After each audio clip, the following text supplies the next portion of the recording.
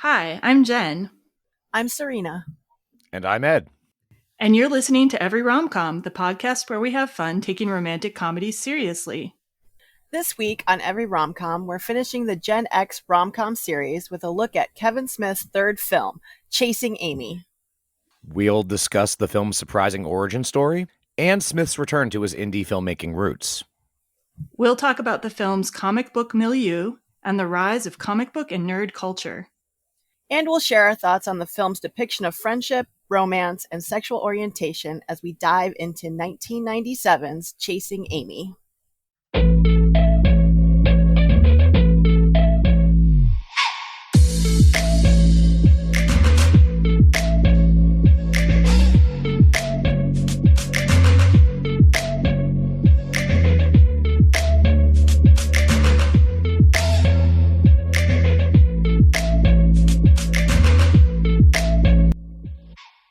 Hey, Serena. Welcome back.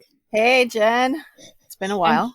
I'm so excited to have you. You were here at the beginning of the Gen-X Rom Com series, and now you're here at the end of the Gen-X Rom Com series. It feels kind of right to me. I don't know. Well, I did just turn 40, and I'm going to reiterate this. I still feel like I'm a very old millennial. Yeah, I mean, I think technically you are, but that's okay. Millennials That's are fine. allowed to comment on the Gen-X Rom Com series as well. Thank you. So, Thank you. There you go. I appreciate that. So today we also have a special guest with us, the host of a podcast that I personally listen to and really like, Ed Cunard from The Greatest Song Ever Sung Poorly. Sung Poorly, for short, covers all things karaoke, hosts some very interesting guests, and there's a trivia segment for those of you who like a challenge on each episode. Ed co-hosts the podcast with his longtime friend Adam Wainwright, and they're both very passionate and knowledgeable about karaoke.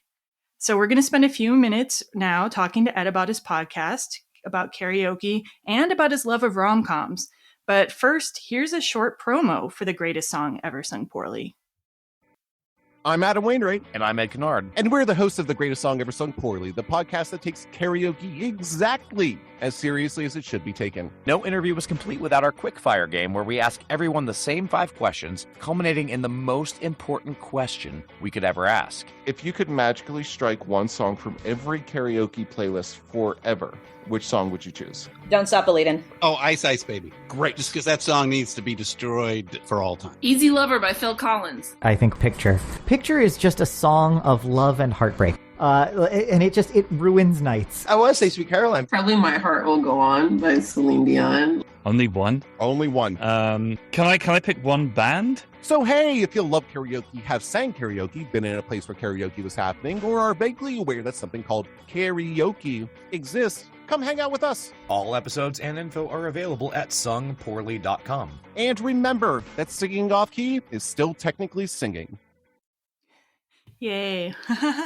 So I found your podcast, Ed, when I was looking in some kind of Facebook group about podcasts, and I'm like, oh my God, there's a podcast about karaoke. I was so excited. And then I completely bugged you about being a guest on your show when I didn't even know you yet. And now I have been a guest on your show as well. And just one of those questions podcasters always get asked, how did you come up with the idea for the show? What made you want to do a podcast on karaoke?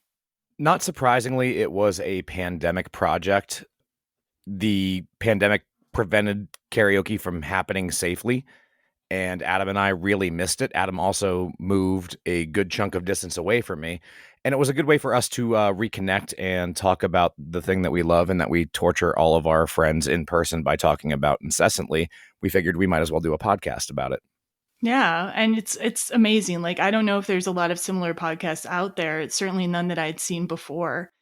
And when did you actually start doing karaoke? At what age? Technically, I started doing it in high school when I was able to sneak into a resort bar when I worked at a resort, and they would serve me. So I absolutely did karaoke then. But I didn't really get into it until Adam and I became friends about 15 years ago, and he invited me to karaoke, and we just never stopped. I'm not a karaoke person. I never have been. So I don't really know much about it. But when I was listening to your podcast, Ed, I do love trivia. So I was really into the trivia questions and that kind of stuff. So and trivia about music. I'm for some reason kind of a I guess, a nerd, for lack of a better word, when it comes to music trivia. Anyway. Thanks. We initially started doing that with just questions that we had found online, and I was like, no, we need to actually write our own questions, and I think that makes it a little harder and a little bit more challenging. We both know each other's areas of strength and weakness, and we will attack it sometimes.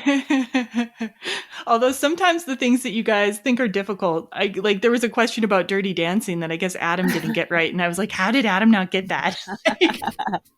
Yeah. Sorry, Adam. So after I was like geeking out over your podcast on karaoke, like I think separately you were geeked out on my podcast about rom-coms, because I don't think you remembered that I was a weird girl who messaged you to be a guest on your show. But yeah, you really like rom-coms too, which is not every guy says openly. When did you start, or when did that start, or where did that come from? I have no idea where or when it started. I worked at a video store in high school, so I watched a lot of movies. And it just always connected with me. I am somebody who's not ashamed to cry in front of people. In fact, the only ex who I'm not still friends with is the only one who made fun of me for crying at romantic comedies. But it's such a important part of the human experience. Love, humor. And how could you not love that kind of thing? Yes, very, very true. Like, I wish I'd said something like that in our first episode. And do you have any favorite romantic comedies, like a top 3 or just like a couple that you really like? Top 3s are so hard, Jen. But if you press me right now in this exact moment in time, The Thin Man, the original one with William Powell and Myrna Loy from the 30s, that's my go-to comfort food movie. It's a romantic comedy / mystery / I don't know what else to say about it, but it's a fantastic movie. And in fact, the first episode of yours that I listened to was the one on Bell, Book, and Candle, because I'm a classic movies guy.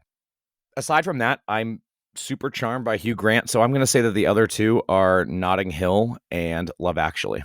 Oh, yeah. You probably, like, Sybil and Serena were bagging on Love Actually quite a bit on our episode on that. We were. I don't know if you listened to that one, but we had a lot of fun with that. Yeah, those are good choices, I think, though. And like, I haven't seen The Thin Man yet, so I got to get to that. So Ed, if people want to learn more about your podcast, where can they find your work? The best place is probably the website, sungpoorly.com. We post every episode there. We have a blog where I am currently singing my way through Time Out Magazine's top 50 karaoke songs of all time. 2 mixed results. But I'm starting from number 50, which was Adele, and it's going all the way to the top, which I will get to eventually, which is Prince's Purple Rain. Oh, yeah. Yeah, well, at least that's not the most difficult Prince song one could sing, at least. It's not, but it's certainly out of my natural singing range. Yeah. My default Prince songs are Sexy MF and another one that I don't know if I can say the title of on this podcast. You can say the title of absolutely any song on this podcast. So my go-to Prince songs are Sexy MF and Pussy Control when it comes to Prince. Yeah, those I've never tried to sing Pussy Control, so I don't even know how that would go, but yeah. But even Raspberry Beret has secret hidden difficulties in it. So for the unwary, I recommend against Prince. So we'll also include links to the Greatest Song Ever Sung Poorly website and social media sites in our show notes, as well as some information about Ed. So don't forget to check those out. There's always a lot of good information in there. So before we get started with today's episode, just a reminder, as usual on the show, we'll have a spoiler-free section at the beginning of the episode, and we'll let you know when the spoiler section begins. And we'd also like to remind you that you can follow the podcast on social media. Our Facebook page is Every Rom Com Podcast and Blog. Our Instagram is @EveryRomCom, and our Twitter handle is @EveryRomComPod. As always, you can find the podcast at everyromcom.com. Send us feedback at feedback@everyromcom.com. And if you like what you hear, please rate, review, and subscribe to us on Apple Podcasts. And now let's listen to the trailer for Chasing Amy.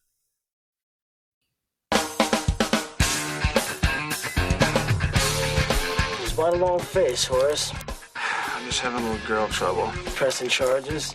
I get that a lot. Holden McNeil was set in his ways.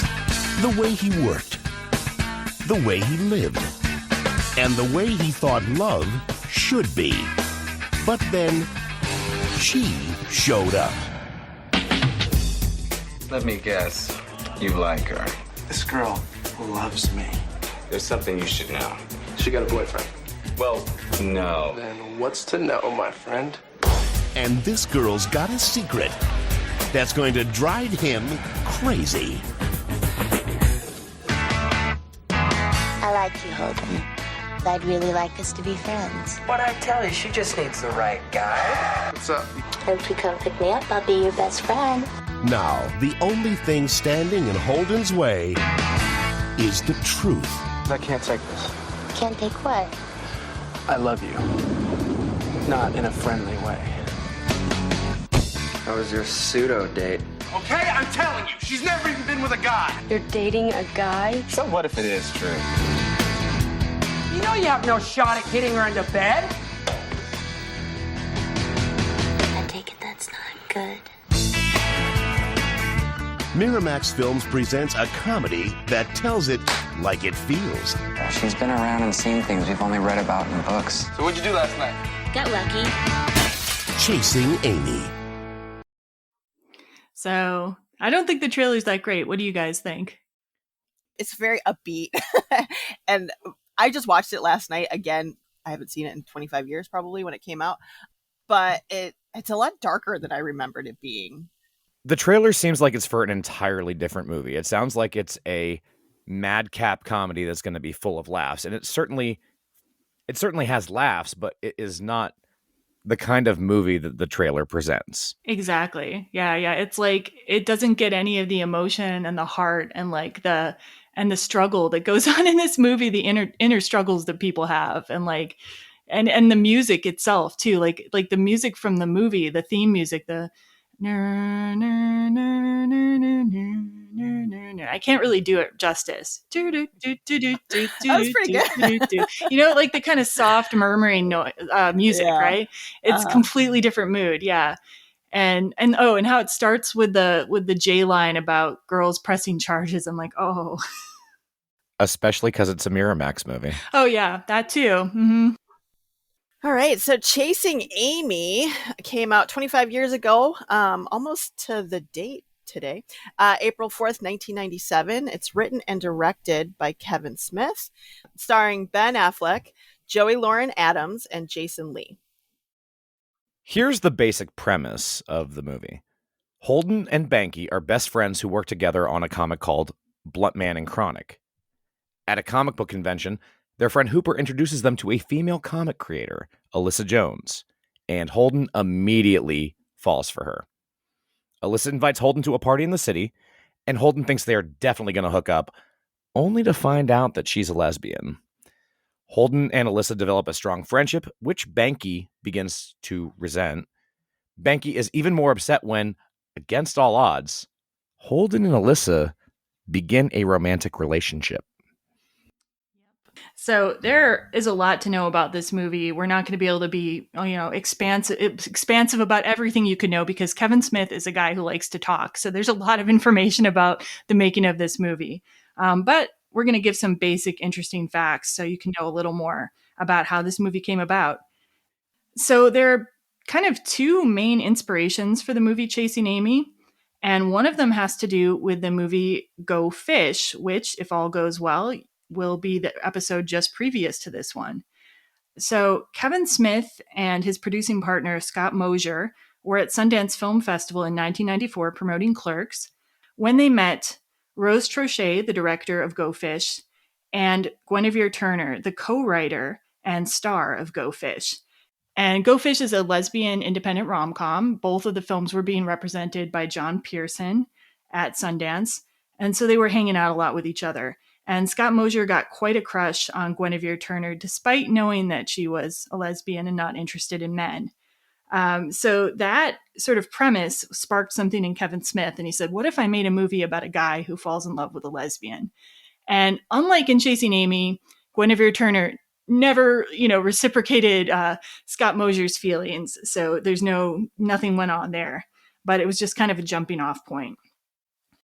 But in addition to being an inspiration for the movie Chasing Amy, Guinevere Turner actually played a role, in helping Kevin Smith to get Chasing Amy made. Kevin Smith actually gave her an early copy of the script to look at to kind of give a lesbian's point of view proofread. She told BuzzFeed News that she found the script mainly sound, but she had to tell Kevin Smith to take out a part about, quote, tongue fucking. And she told him, quote, you have a tongue. You know what a vagina is like. You can't fuck someone with a tongue. Lesbians aren't given extra inches on their tongues. And Guinevere Turner also shows up in the movie Chasing Amy. She plays kind of is she a band member or an MC in a club scene? I want to say she's the MC. I don't think she was in the band. Yeah. And she calls Joey Lauren Adams' character Alyssa up on stage to sing. So you'll see her briefly in the film as well. So the second inspiration for Chasing Amy was Kevin Smith's real life relationship with his Amy star, Joey Lauren Adams. They started dating during post-production on Mallrats, which Joey Lauren Adams also appeared in. And then they were together for the Chasing Amy shoot.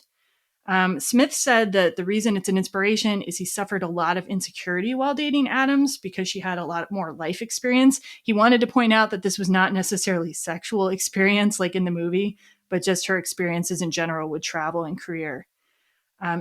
Smith wrote for Criterion.com, quote, Chasing Amy was conceived as a sort of penance/Valentine for the woman who made me grow up, more or less.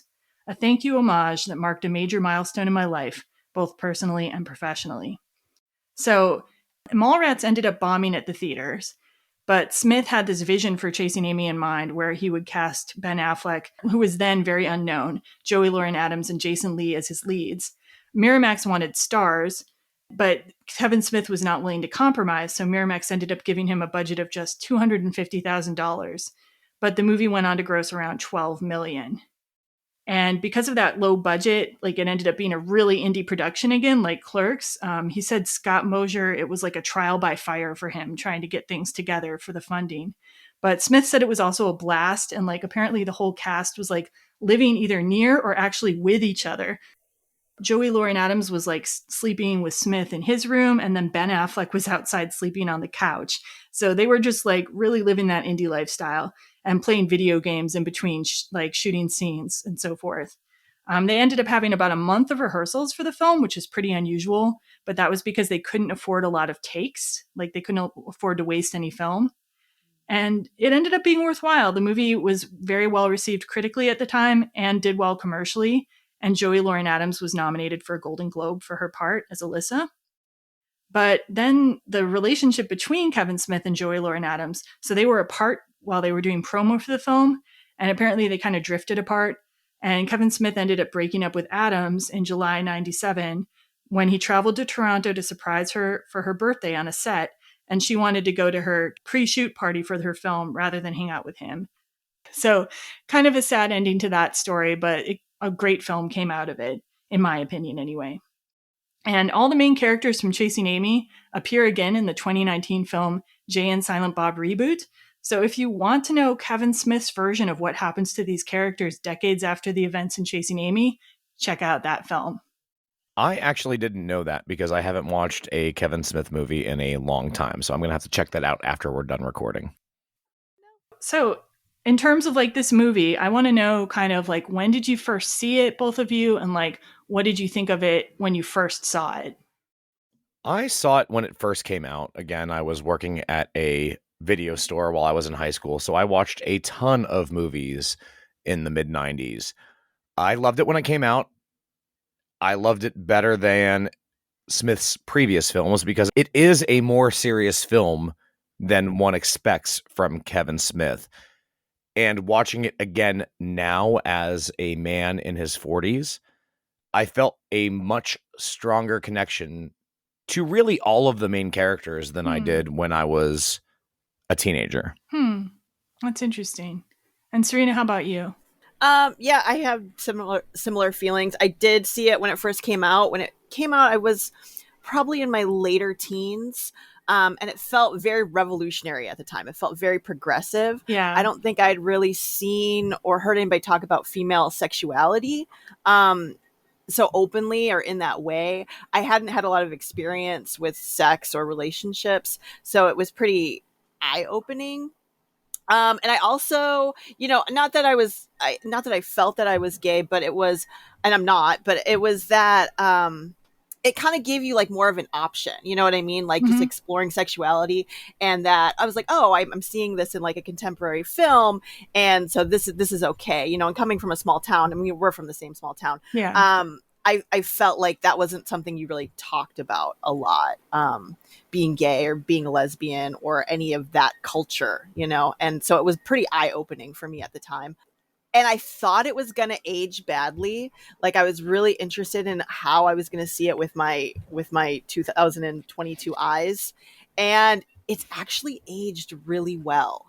I thought it did a good job. Like it wasn't overtly sexist. I mean, it is, but it's almost like in an understandable way. It's like we're kind of going on this like journey with the main character. Yeah, that's what I feel about it. It's still good. It holds up. It does. Yeah, like some of the things you said, Serena, about female sexuality really resonates with me, because I remember, I'm pretty sure I saw this at the theater in 97. My take on Alyssa Jones in Chasing Amy is that she's this like really powerful like character who embraces her own sexuality, who doesn't feel a sense of shame about her sexuality, and who's just really open and friendly and also affectionate and warm. So it's like not like she's just about sex. She's also embodying love and affection and friendship.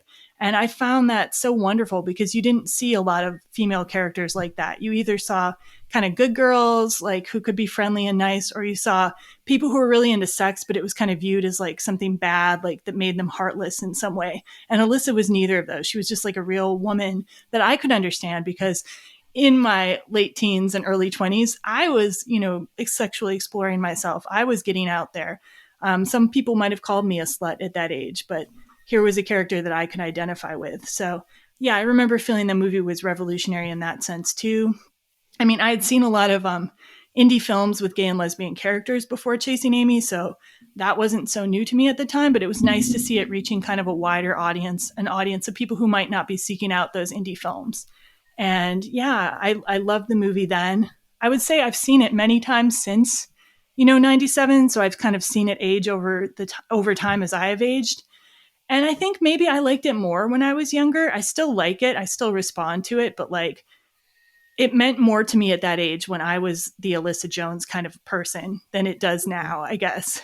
Like now I think I sort of take that kind of openness for granted more. I feel like that makes a lot of sense. I've felt both like Alyssa then and now. I feel like a lot of the characters in the movie, actually, but I think we'll get to that later.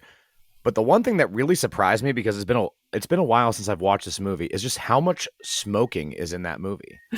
And I was just taken aback by it, because that really places it in the 90s. I don't think you would see that now if it was made today. Yeah, or it would indicate something about the characters or something if they were smoking a lot. Yeah, it would be used as a signal, like that they were bad or they didn't care about their health or something like that, for sure. Yeah, Reality Bites, which we also covered, tons of smoking in that as well. And I'm still personally shocked that this is a Criterion movie. Dude, it entered the collection in something like 2000. That just boggles my mind. What? Why? I don't know why. I don't know why it boggles my mind. Dude. It's clearly Smith's most mature film to date at that point. I can't say I've watched his entire oeuvre. But still, there's just something about, like, in my head, a Criterion movie is this, but then also Chasing Amy is in it. I mean, I'm pretty sure Beyond the Valley of the Dolls is a Criterion movie right now, too. So I don't know if either of you have seen that, but it takes all kinds, the Criterion collection. So we're going to move on. We're going to talk now about the cast and crew.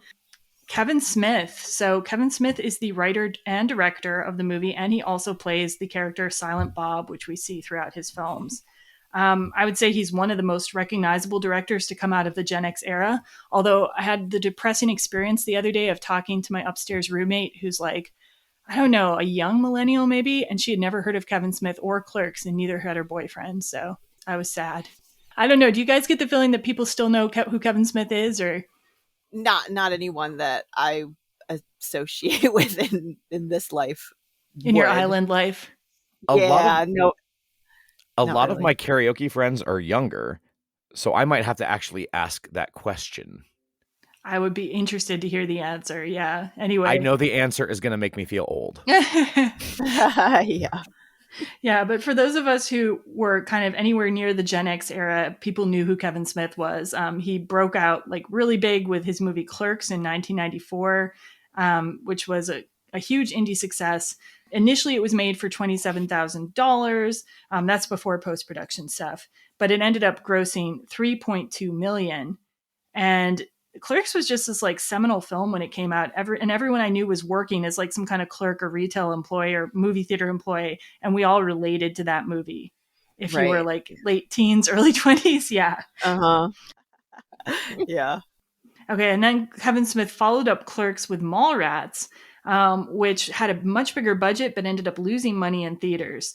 And it did find success on video, but like Mallrats to me was at the time kind of a disappointment. And I rewatched it and I'm still kind of like, about it.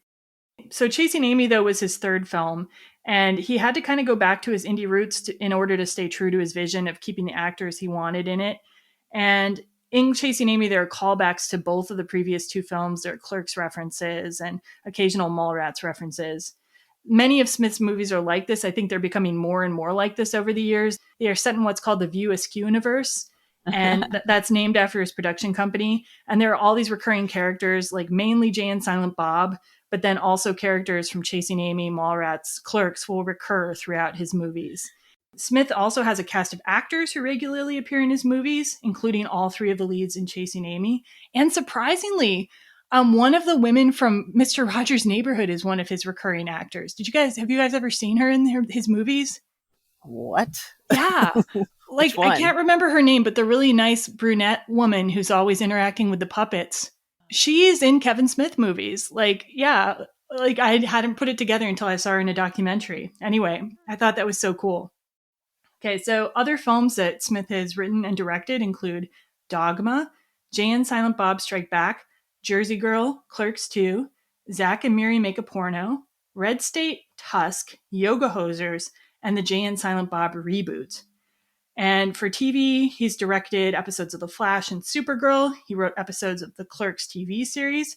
And recently, he was the story editor and wrote 2 episodes of the 2021 animated show Masters of the Universe Revelation. In addition to all this work, Kevin Smith has worked in comic writing, including he did a series of Daredevil comics. He's done public speaking engagements, which he gets paid for and which are quite entertaining, and podcasts, including Smodcast and Fat Man Beyond, which used to be called Fat Man on Batman. He also owns a comic book store called Jay and Silent Bob's Secret Stash in Red Bank, New Jersey, which sells merchandise related to his films. And he's always just got a lot of projects going on, basically, in general. And he's been married since 1999. His wife, Jennifer Schwalbach Smith, and his daughter, Harley Quinn Smith, regularly appear in his movies as well. And one thing that a lot of people might know is in February 2018, he had a heart attack, which almost killed him, after which he adopted a vegan diet and he participates in regular exercise, and he's lost like a lot of weight. And he's got a lot of stuff coming up. There's going to be a trailer for Clerks 3, which is supposedly going to drop in May. And he's on post-production on a comedy horror called Kilroy Was Here, which he's going to release as an NFT, apparently. This just came out the other day, which is only going to be available to like 5,555 NFT holders. He's also on pre-production for Twilight of the Mallrats. So let's see. We've talked a little bit about this already, but are you guys Kevin Smith fans? Do you have any favorites of his work? Like, I was a guy growing up in the 90s, so I did love Clerks, Mallrats, Chasing Amy, Dogma. Of those, Chasing Amy is by far my favorite. As I said before, it's his most grown-up work to date at that point. And I mean, I like dumb comedy, and a lot of his stuff is like dumb, smart comedy, which is a very specific thing, and I do tend to enjoy that. And you haven't seen much since then, it sounds like, or like... I want to say that the last thing that I've seen of his that is in this View Askew universe is Clerks 2, and then I've also seen Zack and Miri Make a Porno. But beyond that, that's about where I drop off. Yeah. Yeah, I loved Clerks, and I still love Clerks. And actually, I would be hard pressed to put it above Chasing Amy. For me, they're both tied because Clerks is just a totally different thing. So Clerks and Chasing Amy are kind of tied for my favorite. I did not like Mallrats then. I don't really like it now. I love Dogma, and I like some of his later stuff, but like not as much as Clerks and Chasing Amy for sure.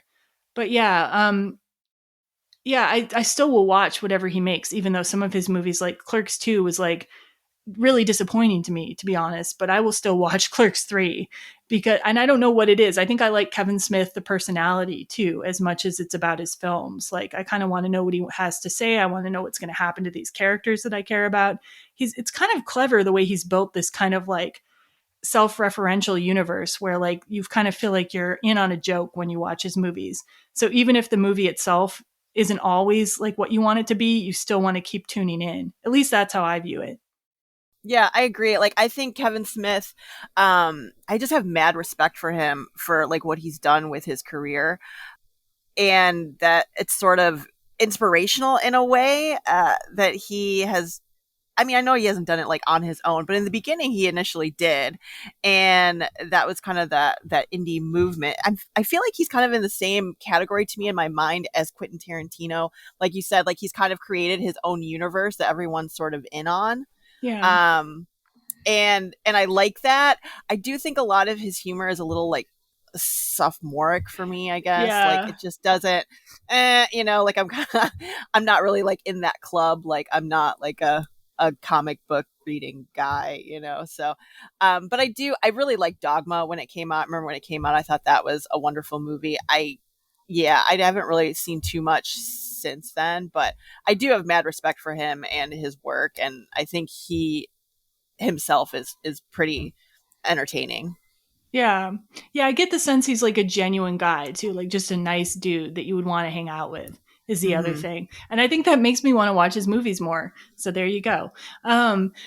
And another thing I would say, yeah, like when you're talking about sophomoric, like he even references it, I think sometimes in his own movies, like dick and fart jokes and stuff like that. I think that's even in Chasing Amy. Like that's not my thing. And it's kind of like in some of his movies, there's like a very high ratio of like, there's more dick and fart jokes than there is like Silent Bob moments where somebody breaks it down and is kind of intelligent about something. Like Mallrats is like very heavy on the dick and fart jokes end. And then you got Chasing Amy, which is like, we've pushed those to the side a bit more. And I think that's more of a sweet spot when Kevin Smith listens to the Silent Bob inside himself a little more. I don't know. I will always speak up in defense of fart jokes, though, because fart jokes are still funny to me in my 40s. All right, so I guess we'll move on then. And Serena, what can you tell us about Ben Affleck? So Ben Affleck plays Holden McNeil. He is a very famous actor. Everyone's going to know who this is. But he attributes his success to Kevin Smith. He wrote for the 2021 book, Kevin Smith's Secret Stash, quote unquote, Kevin Smith is largely responsible, judge him as you will, for my career and the opportunity I've had to make a living doing what I love for the last 25 years. He credits Smith with offering him the lead role in Chasing Amy, and then also helped him and Matt Damon to get Good Will Hunting picked up by Miramax, which is, I guess, what really launched their careers. And they've had huge, lengthy careers. Prior to Chasing Amy, Affleck had done TV movies. Do you guys remember Voyage of the Mimi? No. Oh my God. That it was like a PBS like series, and he was a child actor in it. He was very young, and they're like on this boat, like following whales like around the world. I don't know. Look at it was amazing. It like was life-changing for me. And it's called Voyage of the Mimi. Anyways, sorry. No, that's okay. That's interesting. Yeah. And I was actually, it was kind of like reminiscing, and I was like, oh, like, because I always think like, when did I start thinking about living on a boat? And I honestly think that movie and Ben Affleck is one of the inspirations for like getting into like my subconscious somehow, that like living on a boat is like a thing that people do. Nice. Prior to Chasing Amy, he'd done TV movies, supporting role in School Ties, a minor role in Dazed and Confused, a lead role in Glory Days, and he started working with Smith in Mallrats. Yeah, and in Mallrats, it's interesting because Ben Affleck and Jason Lee acted together in that movie as well. But in that movie, Ben Affleck was this arrogant like manager of like a men's clothing store, and he was trying to get together with Jason Lee's ex-girlfriend, and so they had like fights and an antagonistic relationship in the movie. And here they are in this movie, best friends. So I thought that was funny. So the year that Chasing Amy came out, 1997, was a big year for Ben Affleck. First with Chasing Amy in April, then with Good Will Hunting in December, for which Ben and Matt Damon won Best Screenplay at the Oscars. All right, in the late 90s, Affleck also did Armageddon, Shakespeare in Love, Forces of Nature, and co-starred with Matt Damon again as one of a pair of fallen angels in Kevin Smith's Dogma. In the 2000s, he's appeared in Pearl Harbor, Daredevil, He's Just Not That Into You, as well as 3 Kevin Smith films, Jay and Silent Bob Strike Back, Clerks 2, and the lead role in Jersey Girl. In 2007, he directed and co-wrote his first feature, Gone Baby Gone, starring his brother, Casey Affleck, which is a great movie. And in the 2010s, he's wrote, directed, starred in The Town, and produced, directed, and starred in Argo, which won 7 Academy Awards, including Best Picture. He starred in Gone Girl and The Accountant, and began playing Batman in the DC Cinematic Universe. Recently, he's produced, co-wrote, starred in The Last Duel, and acted in The Tender Bar and Deep Water. He has some stuff coming up. He's going to reprise his role as Batman in The Flash, scheduled for 2023, and a thriller called Hypnotic, which I'm seeing trailers for right now, in pre-production as director and star on a World War II movie, Ghost Army. So obviously he is very, very, very successful. Okay, so we got one more lead we're going to talk about. And that would be Joey Lauren Adams. Her first IMDb credit was the TV show Top of the Heap in 1991. Her first movie appearance was Dazed and Confused in 1993. Her first work with Kevin Smith was a supporting role in Mallrats, 1995. She was nominated for a Golden Globe for Best Actress for her performance in Chasing Amy. She didn't have a huge amount of fame after Chasing Amy, but did appear in many lesser-known movies or in supporting roles in bigger movies, including A Cool, Dry Place, The Breakup, and small appearances in Smith's films Jay and Silent Bob Strike Back and Jay and Silent Bob Reboot. She's appeared on TV shows including The United States of Terra, which is fantastic, Switched at Birth, and Still the King. In 2006, she also wrote and directed a romantic drama, Come Early Morning, starring Ashley Judd. Coming up, she's set to appear in the movies Tank House and Oak, and she will reprise her Mallrats role for Smith's Twilight of the Mallrats. Yeah, I wonder why she never really made it big. It's hard to say. It might be her voice is a very specific kind of voice, and I'm wondering if that has something to do with it. And I always got her confused with Renee Zellweger, like when they were... They look like the same person to me. There's also the actress who works with Judd Apatow, who I think is married to Judd Apatow, if I'm not mistaken, who has a similar voice, too. Leslie Mann. Yeah, Leslie Mann. She sounds a lot like Leslie Mann as well. So, yeah, but there aren't usually... They're allowed to have like a lot of guy actors who have the same look or sound, right? But you can't have like more than one woman, I guess. And let's also not forget that there is a certain bias where guys get to be in leading roles and all of that, even as they age, whereas there's clearly a bias where once women start to age, they end up getting cast in different roles or offered less roles entirely. Yeah, but I mean, she was pretty young still, like at that point. So I'm just wondering why not her? Like, why was it Renee Zellweger or Leslie Mann? Like, who are still working, both of them. And like, yeah, Joey or Lauren Cameron Adams. Diaz. I kind of feel like that whole, they were all kind of like that same look. Coming up in that same era. Yeah, but I mean, Joey Lauren Adams' work is very solid in this. Like, I haven't really, to be honest, seen her in a lot of other stuff. But yeah, maybe I'll check out. I wanted to check out the movie she directed, but I haven't been able to get my hands on a copy yet. So. And then finally, some other important cast and crew. So Jason Lee plays Banky, who usually we would also cover him, but there's just so much to cover. And there's also Dwight Ewell plays Hooper, who writes a comic from a militant Black point of view, which he's a great character. And Scott Mosier is the producer, who I'm just shouting out here because according to everyone on this set, Scott Mosier really held this production together with duct tape. He was the one making sure it got done. He was the one cobbling the money together. So we owe a lot to Scott Mosier for getting this film to us. We're rounding out our Gen X series. And why Chasing Amy to finish up the series? Well, there's a couple reasons for that. One reason, it's just clearly has a Gen X spirit to it. The film was made as an indie film with an indie film budget and by one of Gen X's most prominent indie filmmakers. Another thing I wanted to highlight is the issues of sexuality it explores and having gay and lesbian characters in a movie, which we've also seen with Go Fish. We saw it a little bit with She's Gotta Have It in a less than ideal way, and a little bit with Reality Bites. But this is a movie that is pretty much about sexuality in a lot of ways.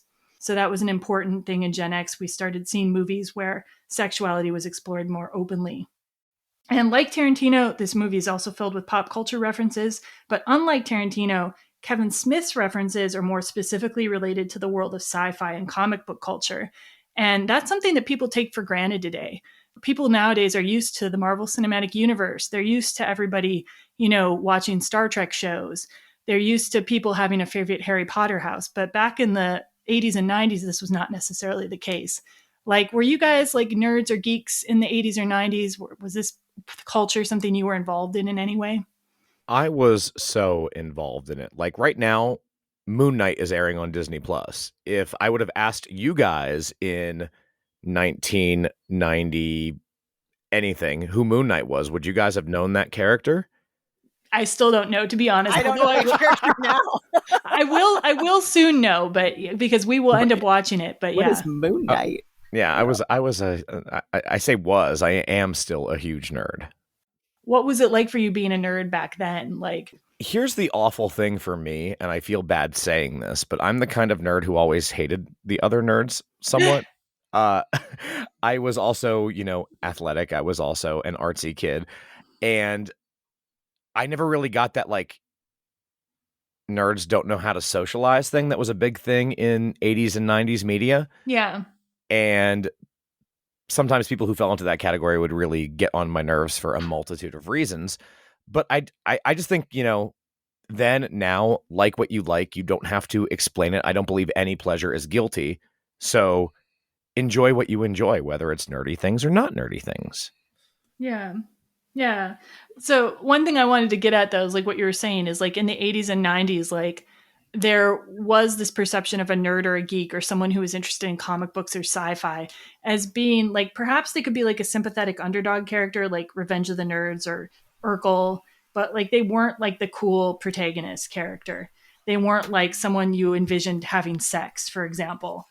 We did see with True Romance, like Quentin Tarantino's lead character in that is a comic book fan too, works in a comic book store. So that was a little bit of that. And then Kevin Smith's movies, all the characters seemingly have some knowledge about comic books or sci-fi. And, in Clerks, we had like the Star Wars contractor speech, for example. And in this movie, everybody, the protagonists are all comic book creators. So not just fans, but actual creators. And they are people who are having social lives and having sex and having even interesting sex lives. So I think like Kevin Smith is one of the people who brought forth the idea of a geek or a nerd as someone cool. And you could see yourself on the screen represented that way. Serena, I think, were you like any kind of geek? Like you were a Trekkie though, weren't you? Like back then, like a Star Trek. When I was watching this, I was struck by their Comic-Con because I've not super recently, but when I lived in New York, I did go to Comic-Con when it came every year.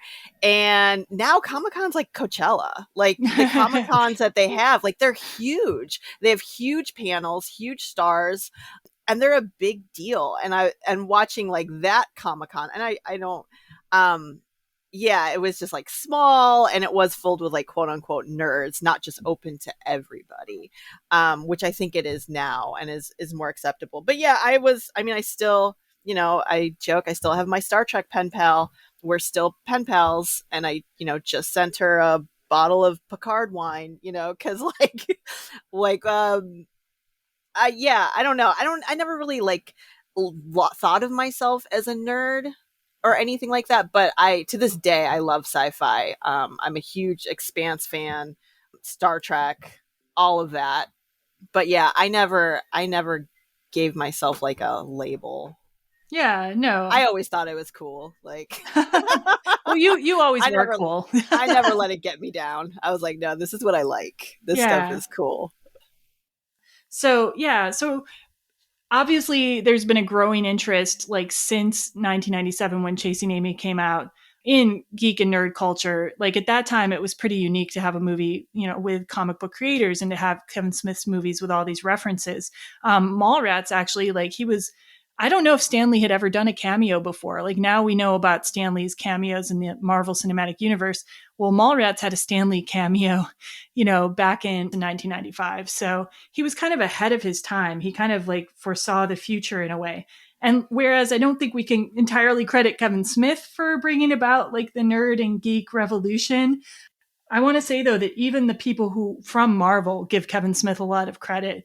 So I was watching the documentary Clerk, which is a very interesting documentary if you want to know more about Kevin Smith, although it helps to know a little bit about him already. But in the documentary Clerk, a couple people had a lot of good things to say about Kevin Smith's contribution to the rise of geek culture. Joe Quesada, who is now the creative director for Marvel Entertainment, was talking about Kevin Smith agreeing to do a series of comic books for Marvel. And this is what he had to say about that. 1996, 1997. It was about as dark a time as you could imagine in comics. When we approached Kevin was riding high. As a young filmmaker and looking at it from his perspective, there was a lot to risk there. And he said yes. And when he said yes, and when those books came out, it changed everything. He brought a spotlight to comic books. He brought excitement to comic books. He has been an advocate for the industry. He not only saved my career and Marvel, but contributed to the saving of comics. I mean, that's pretty ridiculously high praise. And then Stan Lee also was quoted in the same documentary saying, Kevin has had a great impact on comic books. Almost every comic book writer and artist has great respect for him and great love for him. What do you think about this, Ed? Because you actually have experience like with comic books journalism. Yeah, absolutely.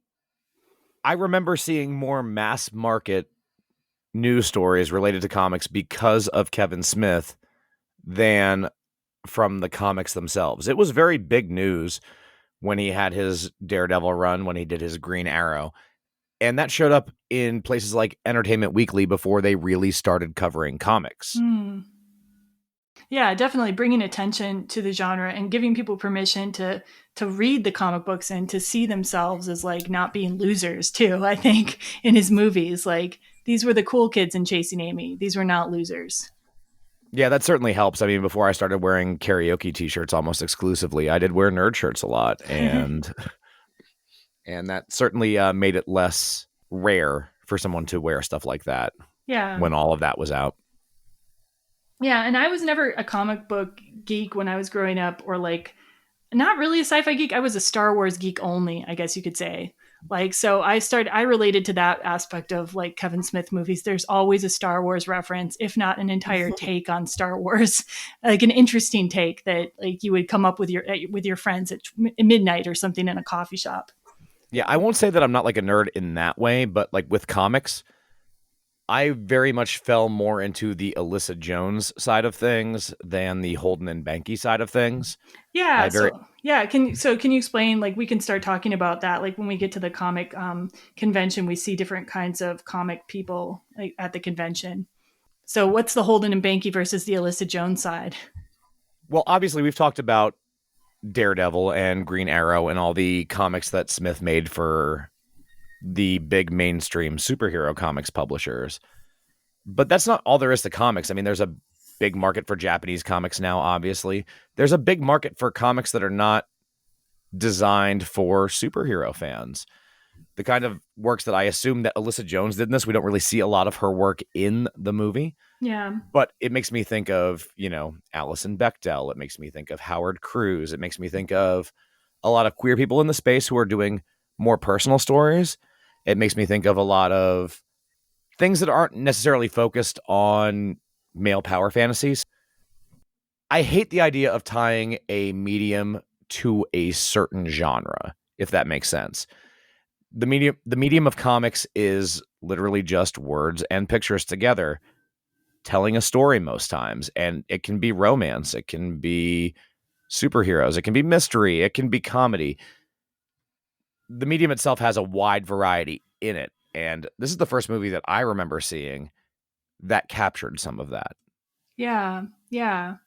So yeah, so we'll start kind of like getting into the actual movie now, and like we start out just really quick. The opening credits. We have our signature Chasing Amy mellow song, which was actually written by Dave Pirner from Soul Asylum, which I did not realize. Neither cool. did I. Yeah, That's isn't fantastic. that cool? That's amazing. Yeah, and we've got the opening credits have comic book covers, and they were made by various comic book artists who have become fairly prominent. Like, I don't know as much about these artists. Like, if you wouldn't mind, Ed, if you know anything about these artists, can you like tell us a little something really quick? I'll be frank. I don't know much about Kirk Van Wormer. I believe he is primarily known as a director of movies. Okay. But he did the cover art stuff in the credits for The Idiosyncratic Routine that Alyssa Jones does, and Baby Dave, which Banky does. Mike Allred did all of the Bluntman and Chronic stuff, and his style is just very singular. You know a Mike Allred thing when you look at it, so I didn't even need to see the credits to know that Mike Allred did the Bluntman and Chronic stuff. That was very obvious. And you'll see tokens of his art throughout. The Wizard magazine with Bluntman and Chronic also promotes Allred's Madman, which is his series that he's most known for. And Joe Quesada and Jimmy Palmiotti did a lot of the other art as well. Yeah, and are they? And Joe Quesada, we've already talked about, does as a creative director at Marvel. What is Jimmy Palmiotti known for anything in particular? At the time, they were paired up, and they did the Marvel Knights imprint at Marvel, where they took superhero comics and made them more, and I'm doing air quotes here, mature. So stories that were a little bit more violent, a little bit more bloody, that had a little bit more leeway with language and sexual content. Okay. Good to know. Thanks. Thank you for that. Because like this is like stuff that goes a little bit over my head. So these movies are obviously richer the more you know about comic books too. And then after the opening credits, we get to the comic book convention. According to Scott Mosier, it cost about $2,000 to put together this fake comic book convention. And he said in the commentary that at the time someone told him that was the best comic book convention we've ever had in Jersey. Too bad it was fake or something. So again, that shows you how much Comic-Cons have grown since that time, because nowadays, like every city or state will have a comic book convention that looks that big or bigger, probably. At the comic book convention, we see Holden and Banky are signing copies of their book, Bluntman and Chronic, and interacting with their fans, only for a guy to come up to their booth, played by Scott Mosier, and accuse Banky of being a tracer because he is the inker for the comic. This is not something I'd ever thought of before watching this movie, but I thought it was hilarious. Like, the comic apparently has one person who does the original art, like the first draft, like with the pencil, and then the next person fills in the ink. And yeah, Scott Mosier's like, "You're just a tracer," which enrages Banky. And yeah, like, Ed, what do you think about this inker tracer controversy? Was this something that anyone actually talked about, or is this just a Kevin Smith original thought? I am sure people talked about this, and it bothers me to an extent, even though I am not somebody who is a visual artist, but I do know what goes into making a comic book. And inking is certainly more than tracing. I will throw this out to any nerds in the audience, but would you rather have Vince Coletta ink a Jack Kirby work or literally anyone else? And they'll tell you literally anyone else. I have no idea, but I'm sure somebody understands. So that's good. Yeah, and I think this scene is also good because like Banky like freaks out on this guy who's calling him a tracer, and it kind of shows you like Banky's kind of feelings of insecurity and inadequacy right away, and his propensity to get into a rage. He starts like attacking this other guy, and Holden has to hold him back. It really, I think, establishes their dynamic right away. And another thing I should mention, Casey Affleck also shows up briefly in this scene as a fan who is convinced by Scott Mosier's character not to get Banky's autograph. So a little cameo there. Well, now it would be considered a cameo. Then it was just like, here's a guy we can get to act for free in our very cheap film. Yeah, probably. Basically. And we touched on this already, but like Comic-Cons have just like grown and grown since like this little small one that we've seen in this scene. We were talking about Comic-Con earlier. Apparently the first one was in 1970 and there were only about 145 fans present. And by the early 90s, the San Diego Comic-Con attendance was in the thousands, and it was steadily rising, but attendance didn't really go up sharply until the early 2000s. And by 2019, like pre-pandemic, attendance was at about 130,000, and could have been more, apparently, if the convention center had more capacity. So these things have just grown and grown.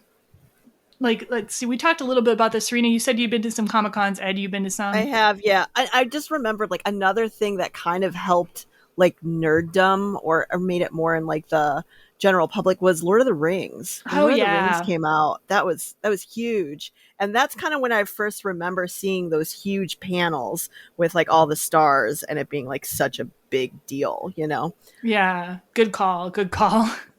The shows that I went to tended to be more, again, on the artsy independent side of things. There are some great shows that happen in New York City, in Bethesda, Maryland. Those are always the kind of comics I connected. Those are always the shows I connected with. So those are what I attended the most. Oh, are they still going on? If you want to give some names, we can put them in the show notes for links.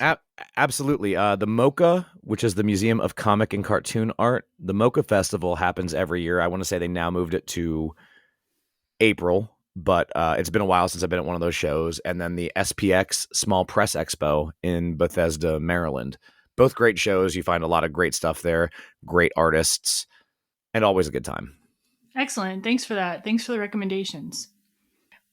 Speaking of these smaller comics, like after we see this confrontation at the booth, we get into the Minority Words panel where we're going to meet a few more new characters. This is one of the funniest parts in the movie for me.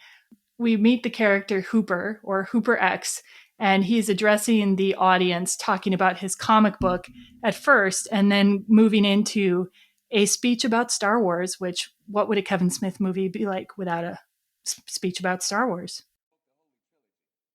Those movies are about how the white man keeps the brother man down, even in a galaxy far, far away. Check this shit. You got Cracker Farm Boy Luke Skywalker, Nazi poster boy, blonde hair, blue eyes. And then you got Darth Vader, the blackest brother in the galaxy, Nubian god. What's a Nubian? Shut the fuck up. Now, Vader, he's a spiritual brother, down with the Force and all that good shit. Then there's Cracker Skywalker. Gets his hands on a lightsaber, and the boy decides he's gonna run the fucking universe. Gets a whole clan of whites together. And they gonna bust up Vader's hood, the Death Star. Now what the fuck do you call that? Intergalactic Civil War? Gentrification! They gonna drive out the black element to make the galaxy, quote, unquote, safe for white folks. And Jedi's the most insulting installment. Because Vader's beautiful black visage is sullied when he pulls off his mask to reveal a feeble, crusty old white man. They trying to tell us that deep inside, we all wants to be white. Well, isn't that true?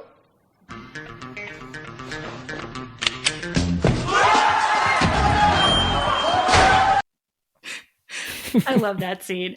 So the punchline of this whole experience is that Hooper X is a character, basically, that Hooper, the comic book author, plays in order to sell his like comic book, which is kind of like a Black Power comic book. And he in real life is like a kind of like gentle, funny black gay man who feels the need to hide behind, and probably, you know, in terms of the market at that time, had to hide behind this role of this like just really militant, angry guy who is not gay. And at the end, you see him like pretending to shoot Banky and Holden, who he's placed in the audience as these like characters to get him upset. And the only person who's in on the joke besides Holden and Banky turns out to be Alyssa Jones, who we'll meet in a second. But before we talk about Alyssa, what do you guys think of this like Hooper X speech, this character, the whole setup? Who hasn't had to put on a persona in some situation, either for work or personal? So I really connect with that. And I love how absolutely over the top it is. I was trying so hard not to just laugh just hearing that clip again. I love that clip. The interesting thing, though, is that like when I think of typical nerd spaces, which this movie's trying to present, especially at the time, they were not very welcoming spaces to anybody who wasn't a nerdy white kid. Mm. And so I really love that not only did Kevin Smith bring in a character portraying a militant Black Power character, but that character was also gay, which is something you don't see a lot of Black male gay characters in mainstream movies even today. So I just think that whole character, Cooper's one of my favorites in the entire movie. Oh yeah, 100%. Yeah.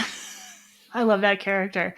I also love the whole Star Wars like the critical analysis he's doing there. Like, cuz as much as it's over the top, you go to like Tumblr, you go to like Twitter, you've got people doing takes like this right now, like trying to dissect what is this movie really telling us? What is the secret message in this movie? You know what I mean? So it's the kind of cultural analysis that people are still doing. And, you know, whatever you want to think of it, it does, at least it makes you think a little bit, and it can be amusing too. I was kind of trying to put that into like how would that scene go over if it was made today? I mean, and obviously we're kind of like in the middle of like still dealing with a lot of like racial politics, and even recently with the whole like Will Smith slapping thing, you know, about the Black male rage and like how it's portrayed and like how that's played up. And I thought that was just like really interesting that, I mean, this is something that obviously has been going on for a long time. And how that is like a character, how like Black male rage is a character was, I don't know, it was like just kind of a stereotype kind of, but like, yeah, it was just like kind of weird. Cause I just kept on thinking about like how even that shooting scene too, kind of put me a little on edge. I was like, oh, yeah. that would not go over well if that was portrayed right now. Yeah, that's a fair point, because like the odds of that being just like hunky dory for this guy to be like, you know, for him to not worry about having shot a gun. Like, exactly. Like, I'm just going to shoot off this gun in this convention with a bunch of white people. Like, yeah, that would have played out very differently if that was filmed in 2022. What's interesting to me also, though, is the part before the Star Wars analysis. He's also, though, talking about generally like a lack of representation of Black characters in the comics and in the sci-fi world. And like Holden talks about, what about Lando Calrissian, like as his like asshole character. And then and he's critiquing Lando Calrissian and like as like the token, like, what about the token? Yeah. So like, I think it's imperfectly, in terms of like what we see in 2022, it's imperfectly bringing up a problem of lack of representation and stereotypes. Yeah, it's interesting. Serena, I'm glad you brought that up. That was one of the scenes that I didn't think aged very well. Okay. That in my personal opinion. Yeah. It's not that I disliked it, but I was like, Fair enough. And what do you think about the character of Hooper generally, like the rest of the movie? I liked it. You know, I like him as himself, obviously, as like the, you know, effeminate Black gay man, and like the things that he has to say and his insights are great. But yeah, I felt like that scene in particular was like, I don't know how that's aged. Yeah, I could see that. Yeah. So then after like this has all gone down, Hooper I can't remember if he thanks Holden and Banky, but like we find out that they were in on this joke, this display. And then he introduces them to his co-panelist, Alyssa Jones, author of Idiosyncratic Routine, played by Joey Lauren Adams. And let's see, where did they end up going? I can't remember where they go to, like a nearby bar or something. Yeah. They go to a nearby bar and they play darts. Yeah, and like while Alyssa and Holden are talking, we've got Hooper arguing with Banky about whether Archie and Jughead were lovers in the Archie comic books, which is funny to me. I don't know why. I feel like I've seen that fanfic too. Yeah, I've seen those portrayals. So this Archie and Jughead conversation, though, is bringing out Banky's like kind of insecurity around homophobia, like homophobia, and kind of like you get the sense that he's really like his homophobia might be rooted in some kind of insecurity about his own sexuality. I don't know. That's brought up a lot during the film. So while they're having this spirited conversation about Archie and Jughead, Holden and Alyssa are talking about their respective comics careers. Holden and Banky are apparently having a lot of success with Blunt Man and Chronic. They're even in talks to get it turned into a TV show, while Alyssa is doing her indie thing. so we learn a little bit more about her comic in that conversation. And we don't know anything really else about Alyssa right now because she kind of has to take off pretty quickly. But Holden is into her right away. She's playing darts with him. She's a cool girl, comics creator. What's not to love? So there's a part where Hooper calls up Holden and sneakily like invites him out to a club where Alyssa is going to be, and he like convinces him to go because Alyssa's going to be there. I kind of feel like this is like a weird setup. Is that on purpose? Like I feel like they're like punking him in some way. Oh, like that's the take I got from it, because he was like with another friend like when they were on the phone, and they were kind of like giggling like in between him being like, oh, you're gonna go now because Alyssa's gonna be there. He's like, yes, I'm gonna be there. And it's almost like a setup, and I didn't really feel comfortable with that. Like he was like not in on the joke, because he doesn't know the joke yet. And then when they get to the club, this is like the Meow mix scene. When they get to the club, and then it's like she's in on it too. Oh no, I don't think so. Like, you don't think so? Him being into on it, I could buy, but I don't think she's like trying to like punk him at all. No. See, I always assumed, and maybe that's because I'm like such a guileless person, I always thought like Alyssa really did tell Hooper to invite them to the club, and like Hooper wasn't. He was laughing about something else, but you could be right. Maybe he and his friend are like, hey, like let's send the straight guy to the lesbian club because he's in love with the lesbian. I don't know, but I really don't think Alyssa was in on it just based on her personality. I think like she was genuinely happy to see Holden and wasn't trying to fool him in any way.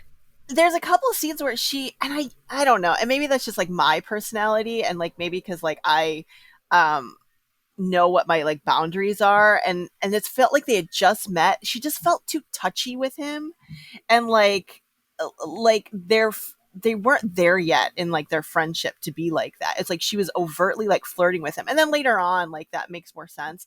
But like I was just kind of like, this girl is playing head games with him. Like that's what I took from it. Maybe I'm completely wrong, but I was like, this just doesn't feel like I don't know. It felt wrong to me. Oh, I know. See, I'm very much like Alyssa in that scene. I flirt with literally everyone, so I didn't take it in any kind of weird way. I just thought that's who she was.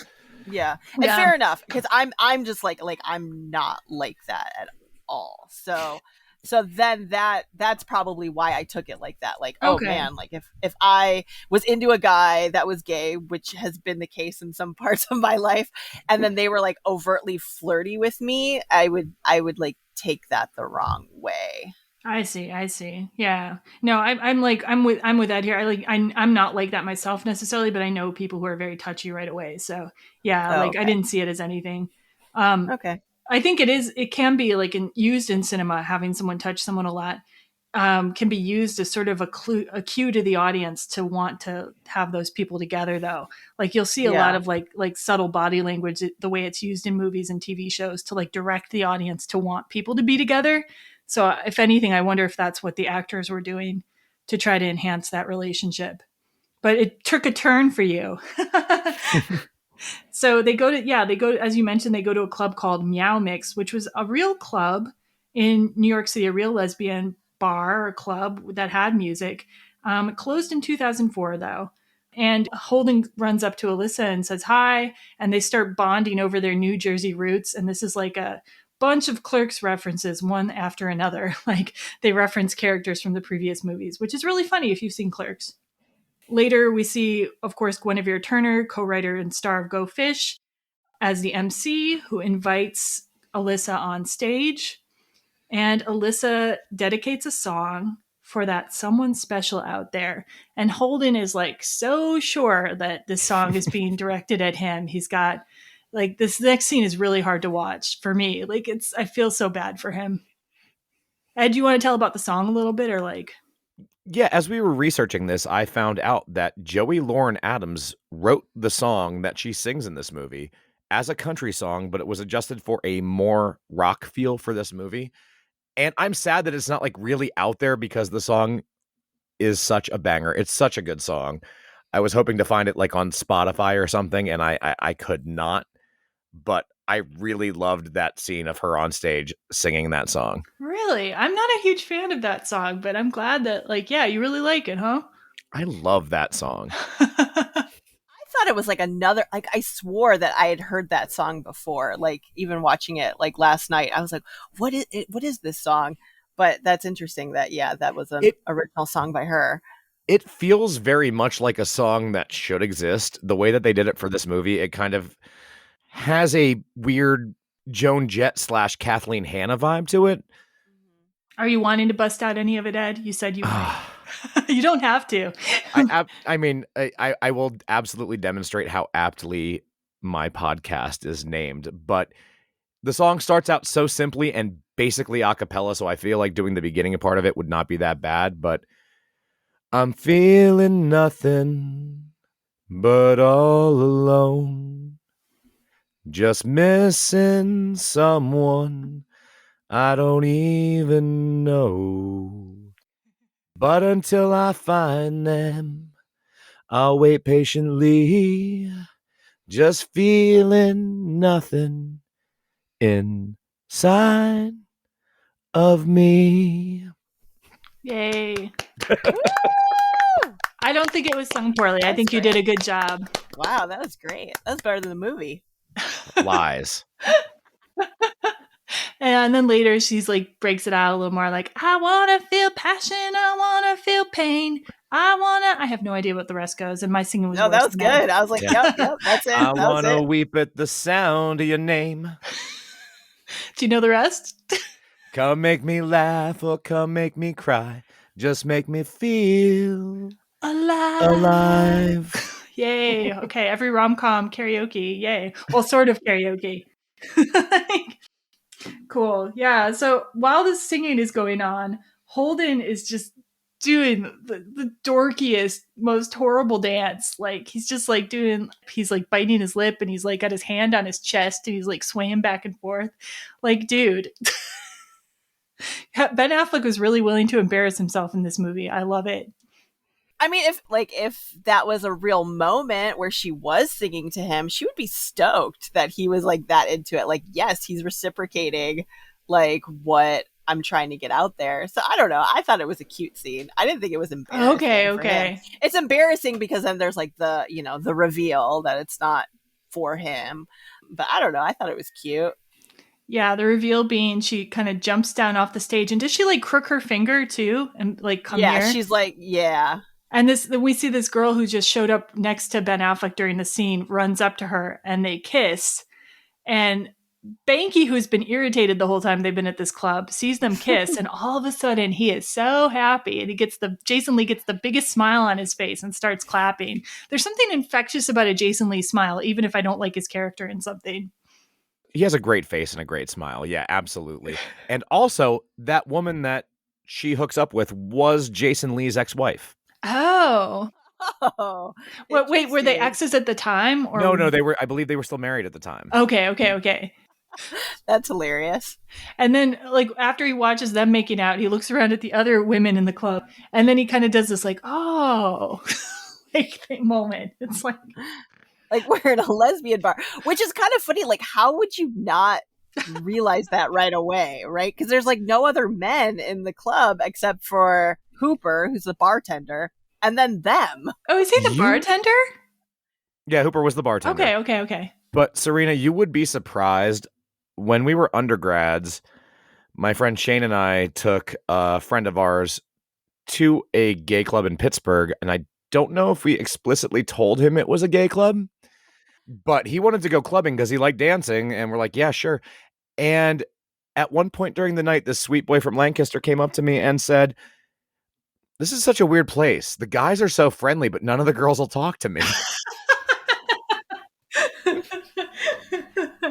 Okay. I guess guys can be that clueless. Okay. We certainly can. Yeah. That's amazing. So after this revelation, Banky's very happy and Holden's very miserable. And we see Banky and Holden sit down with Alyssa, and I don't think it's her girlfriend, but just the girl she's seeing right then at a table. And this scene is set up to be an homage to a scene in Jaws where the main characters are talking about the different scars they've gotten over a lifetime. Originally, apparently, this was made for Mallrats, this scene. Like, it was tweaked, obviously, to fit Chasing Amy, but, like, that's why in Mallrats there's characters with names from Jaws, which is amazing to put together, because when we were just rewatching Mallrats, I'm like, why do they all have Jaws names? I was just like, I guess Kevin Smith just really likes Jaws. And I guess Kevin Smith does really like Jaws, because this whole next scene is like, if you watch the two back to back, there's obviously differences, but like a lot of like the body language is the same too as the scene in Jaws. So it's kind of, and apparently it was also like they designed the lighting and the booth they're sitting in to kind of mimic what a ship looks like. So I thought that was really awesome. And I love a good homage scene anyway. So instead of talking about boat injuries or tough guy injuries, in this scene, they're talking about their sexual scars. So I'm going to play a clip of the Jaws homage. See that? I got that from Nina Rollins. Sophomore year, I'm going down on her, right? And out of nowhere, her cat jumps on her stomach and she does this big old pelvic thrust, cracks my tooth, and sends it down my throat. I had to get a crown for the stub. I got that beat. Junior year, I'm going down on Cynthia Slater in her dorm room after we went club hopping. I'm totally drunk, and in the middle of it, I fall asleep right in her lap. She got so mad she digs her heel into my back. Right there. That's permanent. All right. See this? That's the farthest I can move my neck to the right. Again, sophomore year. I'm going out with Brandy Svinning. And for like 6 months, I'm going down on her, right? Not a damn thing's happening. So one night, I change her position or vary my lapping speed, and suddenly, it's a whole new world. She's moving around, convulsing, breathing heavy, and her legs are pressed up against my ears so tightly that I don't hear her father come into the room. He grabs my hair and pulls me way back hard.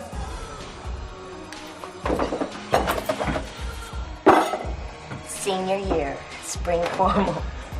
I'm eating out Missy Kurt in her brother's car. She's like laying across the back seat. I'm half hanging out, my knees on the ground. She's flailing around and she knocks the parking brake off. The car starts rolling down the hill. And my left knee is cut up to shit. Like a kitty scissors glass cut over paper dolls.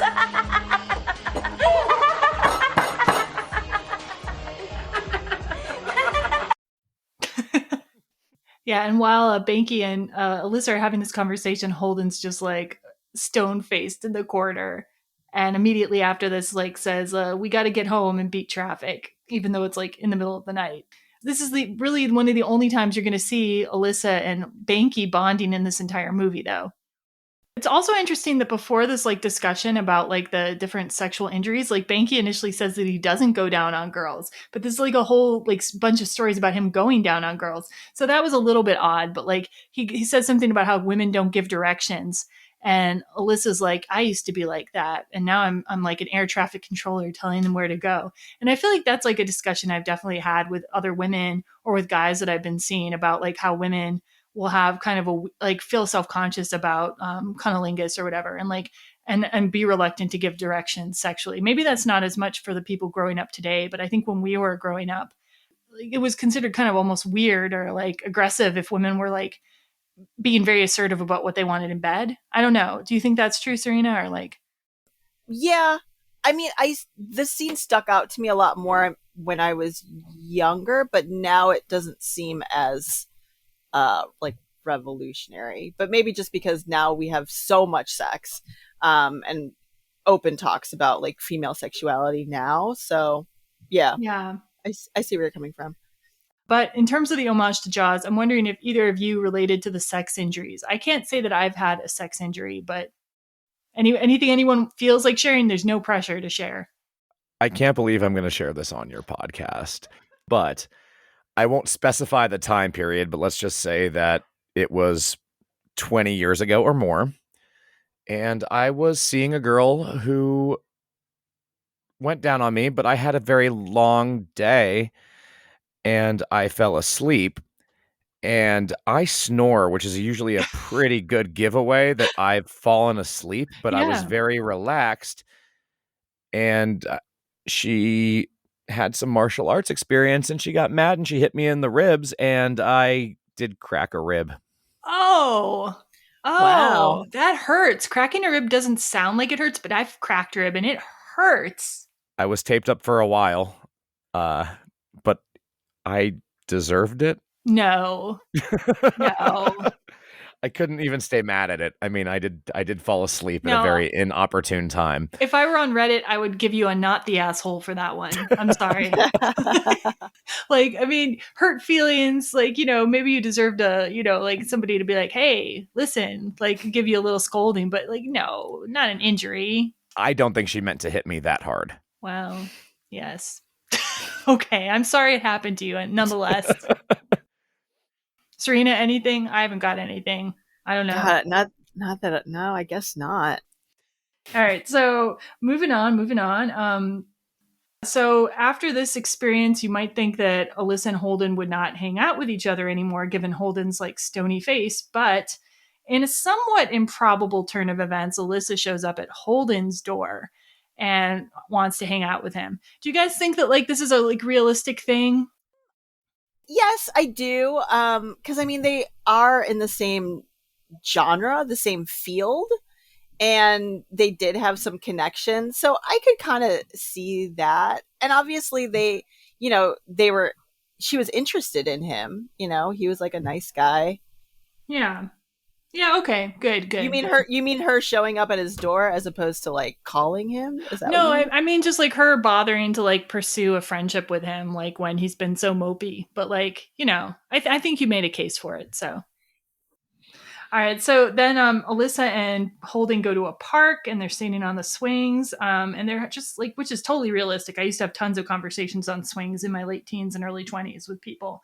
And they're like having conversations about sexuality. And this whole segment, Holden's asking Alyssa a lot of kind of sort of what would be like ignorant questions, right? Like asking her, why is she interested in girls? And what do they do in bed? And like, is it really sex? You know what I'm saying? And like, Kevin Smith said this section and some of the other sections where the characters are asking Alyssa about her sexuality was inspired by his own brother, his older brother coming out as gay. And at that time, Kevin Smith asked his older brother a lot of questions, like about what do you do in bed? Like he wanted to know all about his brother's sexuality. I think some people have criticized this section for like, why do we have to listen to these dudes say these ignorant things about like female lesbian sexuality? But like, I think in a way, this is was kind of like a wholesome way for like a lot of guys who might never have been exposed to this stuff to learn about like, what homosexuality is all about, like what girls like are doing in bed, like to get rid of their ridiculous stereotypes, like tongue fucking or whatever, know? And I think this goes back to like what you said about how, not necessarily like a bad person ends up saying like kind of bad things. Because you kind of took it like she gave him like a safe space to like ask me these questions. Like you want to know, so just ask me without feeling like embarrassed. And I remember like I kind of went through that a little bit. I ended up having a friendship with a transgender friend who was interested in me romantically, and I didn't know he was transgender at the time. And then he ended up like telling me, and then I asked a lot of really ignorant questions because I didn't know. But he gave me like the safe space to be ridiculous, like when in asking questions.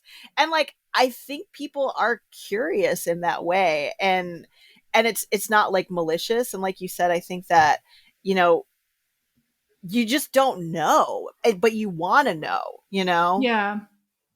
And I think like a lot of times if people don't learn things from person to person, they learn things from really bad sources like pornography, like that's a lot of times very inaccurate and not even aimed at the audiences it's like supposedly made about, or like and there's good stuff. There are good resources on the internet or in books, but like you have to be discerning to find out what are the accurate resources too. Sometimes getting information from a person, if that person is willing to do that, to be that safe space, like you're talking about, is the best way to learn about people's sexuality, their identity, what they do, what they like, but of course, approach people with care and make sure that they want to be asked questions first. Ed, do you have any comment or take on this particular issue? Or I feel like, as awful as some of the things that Holden asked were, I feel like he was coming from a good place. I don't think he was set up to look as horrible as maybe it does now. I'm trying to remember how I reacted to that in the 90s, and let's face it, that was a long time ago. He almost had like a childlike curiosity, more than the kind of questions you would imagine a Banky would ask. Yeah. Yeah. I think like some of the questions but some of the things though, I think people still hear today, and I think lesbians especially still hear things like, well, you're still a virgin, because like people associate sex has to be like penetration, and penetration of a certain type. And Alyssa calls him on that in this segment too. Like, like you think of sex as penetration, but it's like more than that. And these are still things people talk about today. I loved when she said, with penetration, emotional or physical. And I thought that was a great line. And also there's another point where she famously demonstrates the fisting, and like how women can provide just as much penetration as a man if they choose to. So that left quite an impression at the time. I think that's the first time I actually learned what fisting was actually watching this movie. I think the same. Yeah.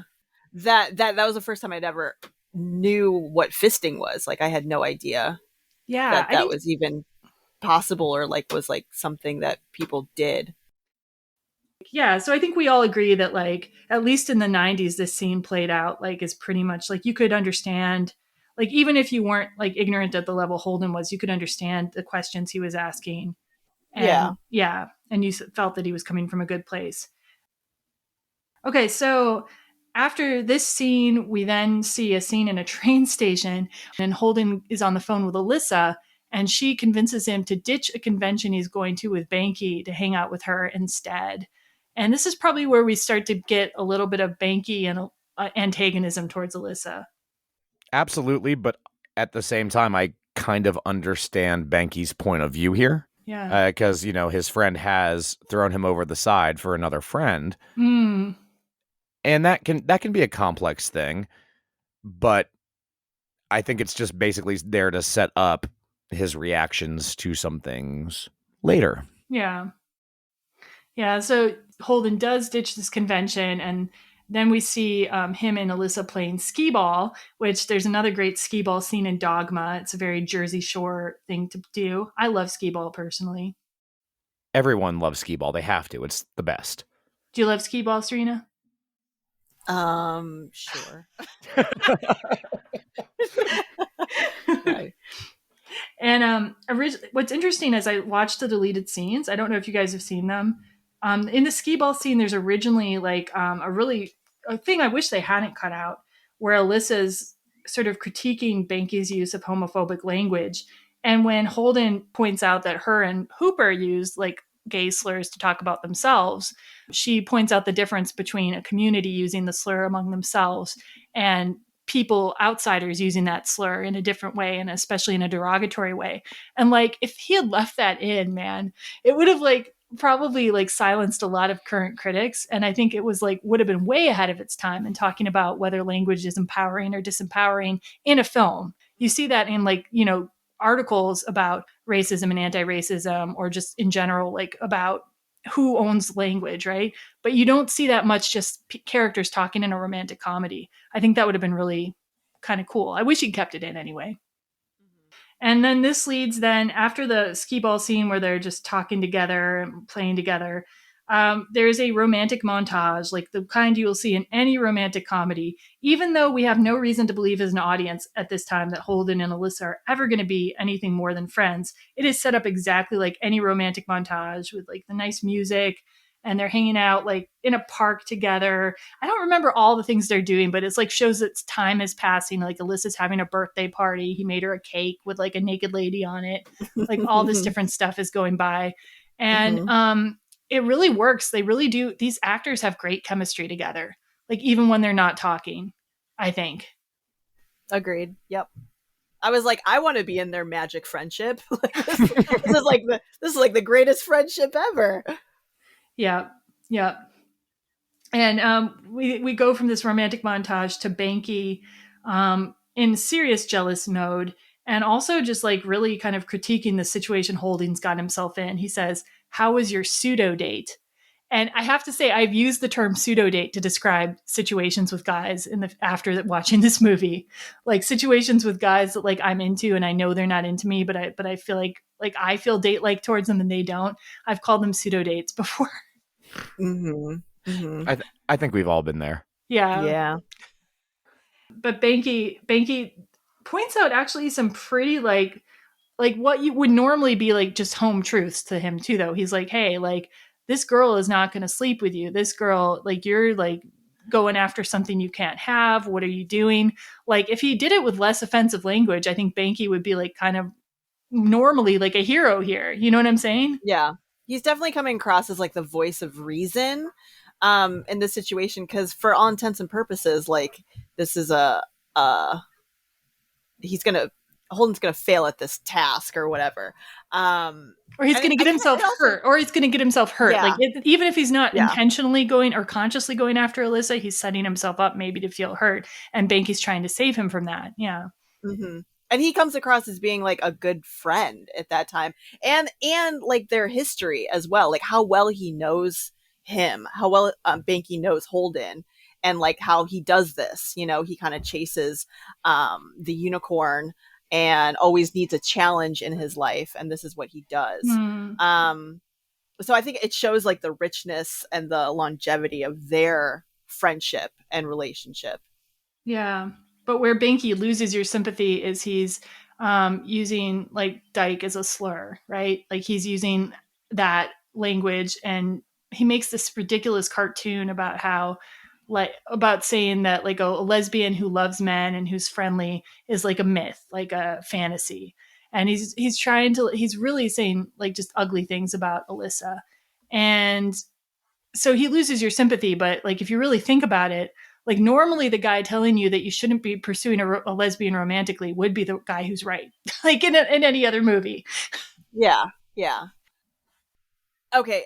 So all of this is building up to this scene where, so we already know that Holden is in love with Alyssa. He said this to Banky previously, and it all leads up to this scene where they are driving in the car, and previously they were at a diner, and there's this elaborate scene where she haggles with the manager of the restaurant for this picture of a boat on a lake, and she ends up getting the picture, and then he asks her in the car, like, what are you going to do with this picture? And she's like, well, I'm going to give it to you, and it's going to be the showing of our friendship, and you know, all of our time spent together, and how much you mean to me, which is kind of a romantic thing to say, I thought, you know. And then in the car, this is when Holden can't take it anymore, and he pulls over the car, and she's like, why are you pulling over? And he goes into this lovely monologue, which I guess we're going to do now. I love you. And not in a friendly way, although I think we're great friends, and not in a misplaced affection puppy dog way, although I'm sure that's what you'll call it. I love you. Very, very simple, very truly. You are the epitome of everything I have ever looked for in another human being. And I know that you think of me as just a friend, and crossing that line is the furthest thing from an option you would ever consider. But I had to say it. I can't take this anymore. Alyssa, there isn't another soul on this fucking planet who has ever made me half the person I am when I'm with you. And I would risk this friendship for the chance to take it to the next plateau. I think this scene, like, for me, it's almost like you fall in love with Holden at that point. At least I did. I was like, oh, yeah. This is so, like, because he's like almost like kind of crying. Like there's just so much emotion in it. Yeah. And you're like, oh, this guy is in it. Like he is in love. Like, so this is what I think, you know, Ben Affleck is a great actor, because he's able to portray such, all that emotion that I think most people have felt when you are in love with someone, or in love with someone that you're pouring your heart out to, and you're not sure if they're going to reciprocate. Yeah, I think this scene is probably partly responsible for like the amount of time I waste on unrequited love, because like what happens next? But I identify with it because I've had so many experiences of unrequited love in my life, and like I felt what Holden's feeling, and this scene really comes across. It really gets you, even though like not if you didn't know what was going to happen next in the movie, this is kind of an obnoxious thing to say to a lesbian. Yeah. Because he's saying, willing to risk our friendship even. So it's like, she's been saying, oh, here's something to represent our beautiful friendship. And he's like, I'm willing to throw it all away. And yeah, if the movie didn't turn out as it did, like, man, that sucks. Yeah, there's different ways he could have phrased this where it wouldn't have been as obnoxious with that. He could have been like, hey, I love you, and that's my problem, not yours. That's an option, but that obviously doesn't fit into this film. Yeah. And also, yeah, I think it's just true though, too. Like, I think sometimes when we feel in love with people, it isn't always selfless, and it isn't always perfect love. It's sometimes selfish, and it's like we can get self-absorbed and involved in our own experience, our projection of what the other person is, especially when we're younger, So I think that's part of what rings so true about this speech, that it's not perfect, Very much.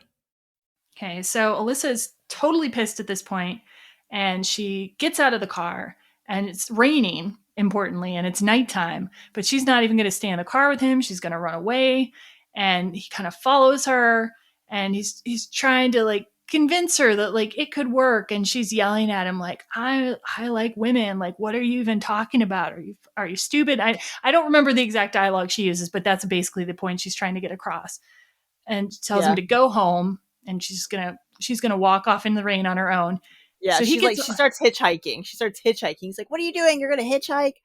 Yeah, and he gets all the way back to his car, and then the moment the movie changes, like she runs back towards him. We don't even see her running. We just see Ben Affleck standing there, and when she gets to him, we see that point where she's launched herself at him, and they start kissing like very passionately in the rain.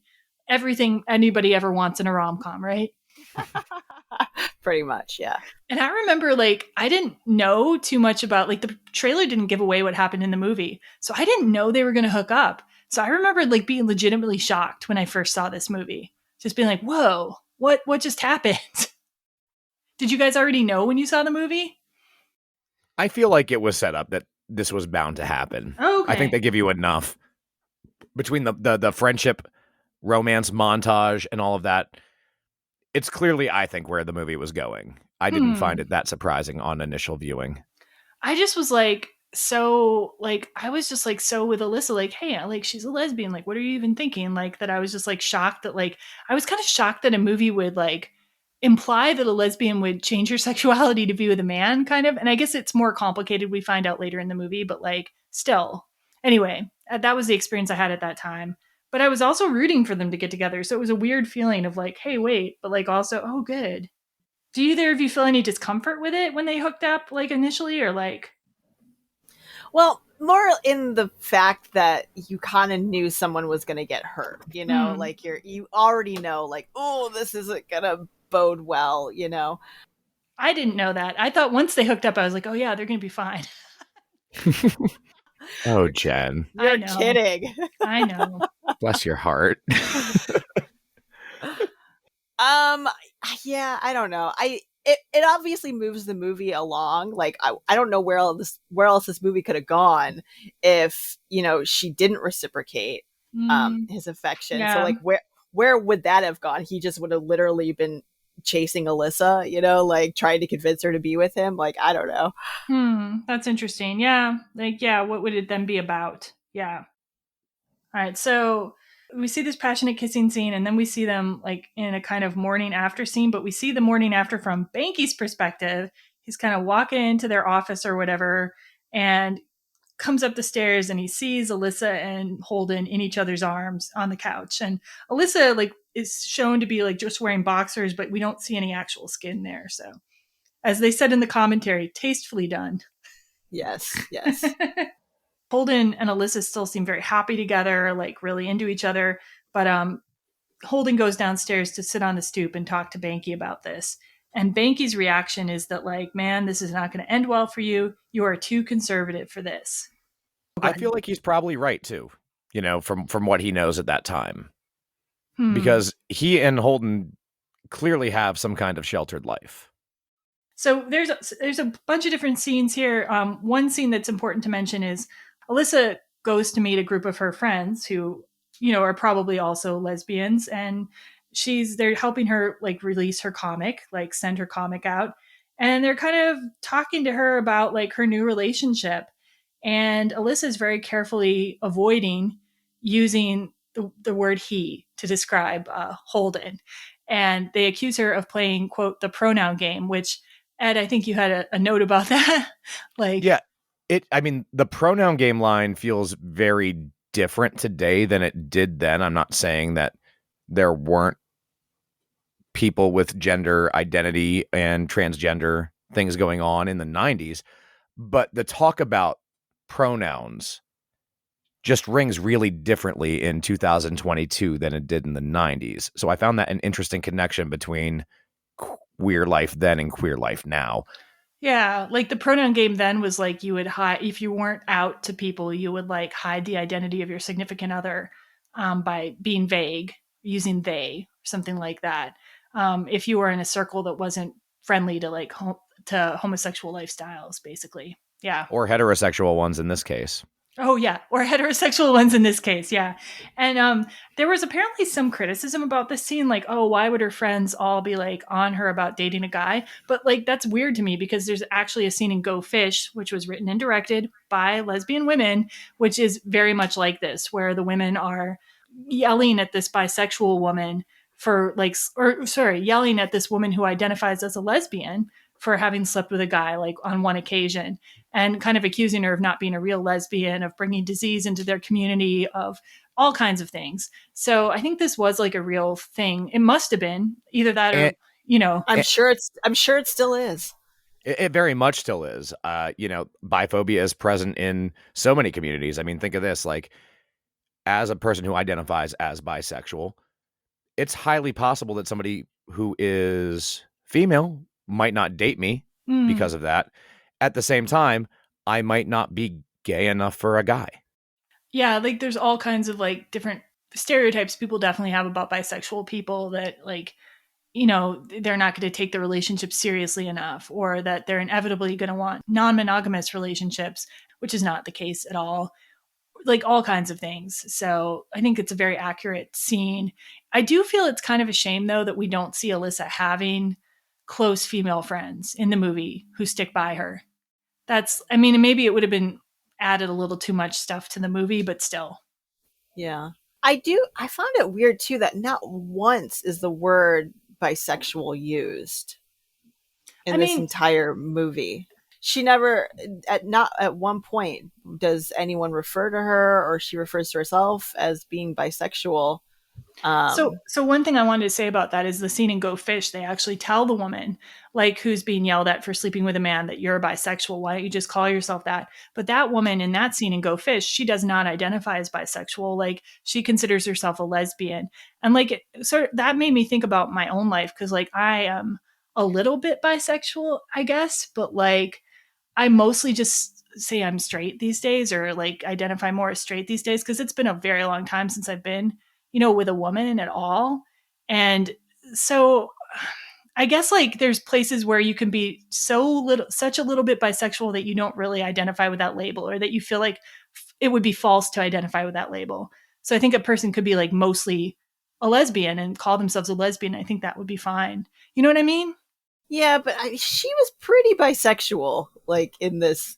And then we learned later on, she was having a full-on relationship with a man, Like this wasn't like a one-time hookup, Like I'm pretty sure that's what that term means, right?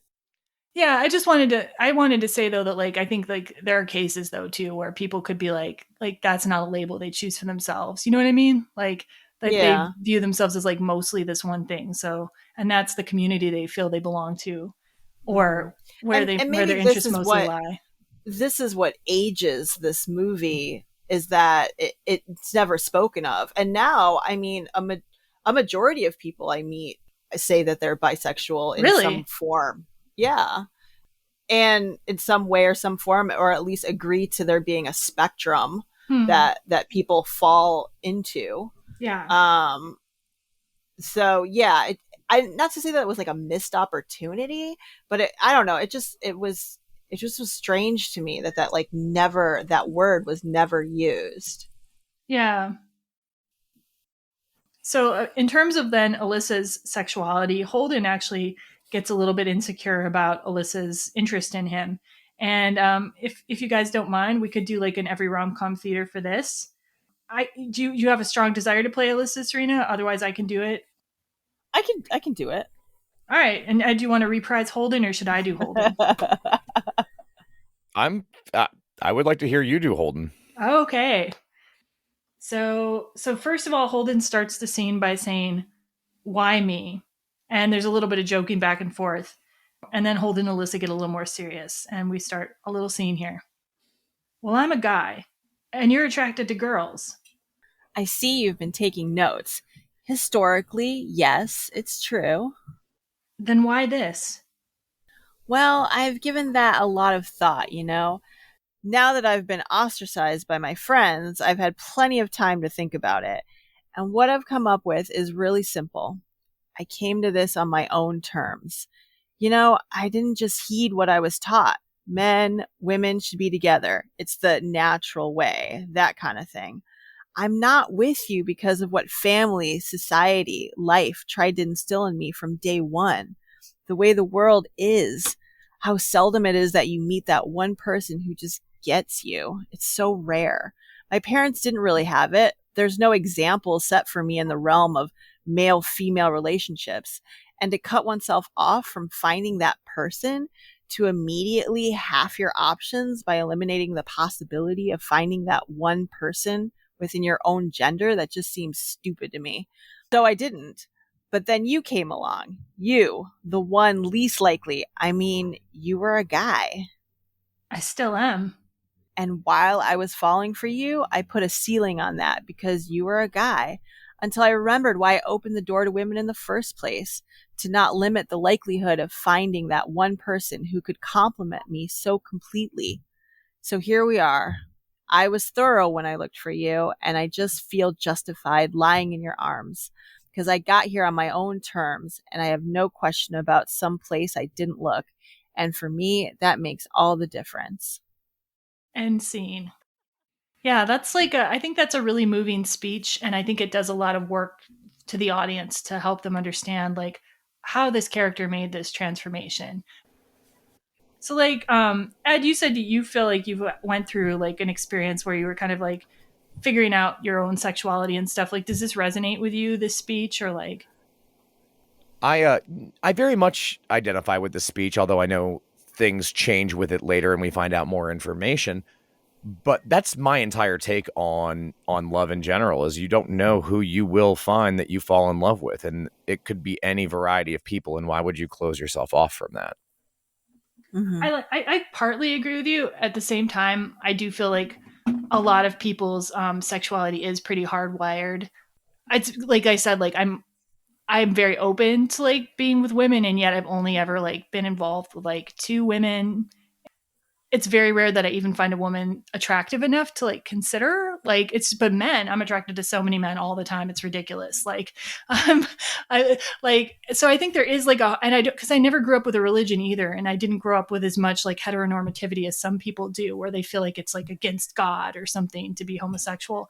So I feel like I've always been very open, yet at the same time, there's just some sort of hardwired urge, mostly directed towards men. So I do think there are, though, a lot of people who are much more fluid and able to fall in love where they will. I don't know. That's my take. Oh, yeah, absolutely. I agree with that wholeheartedly.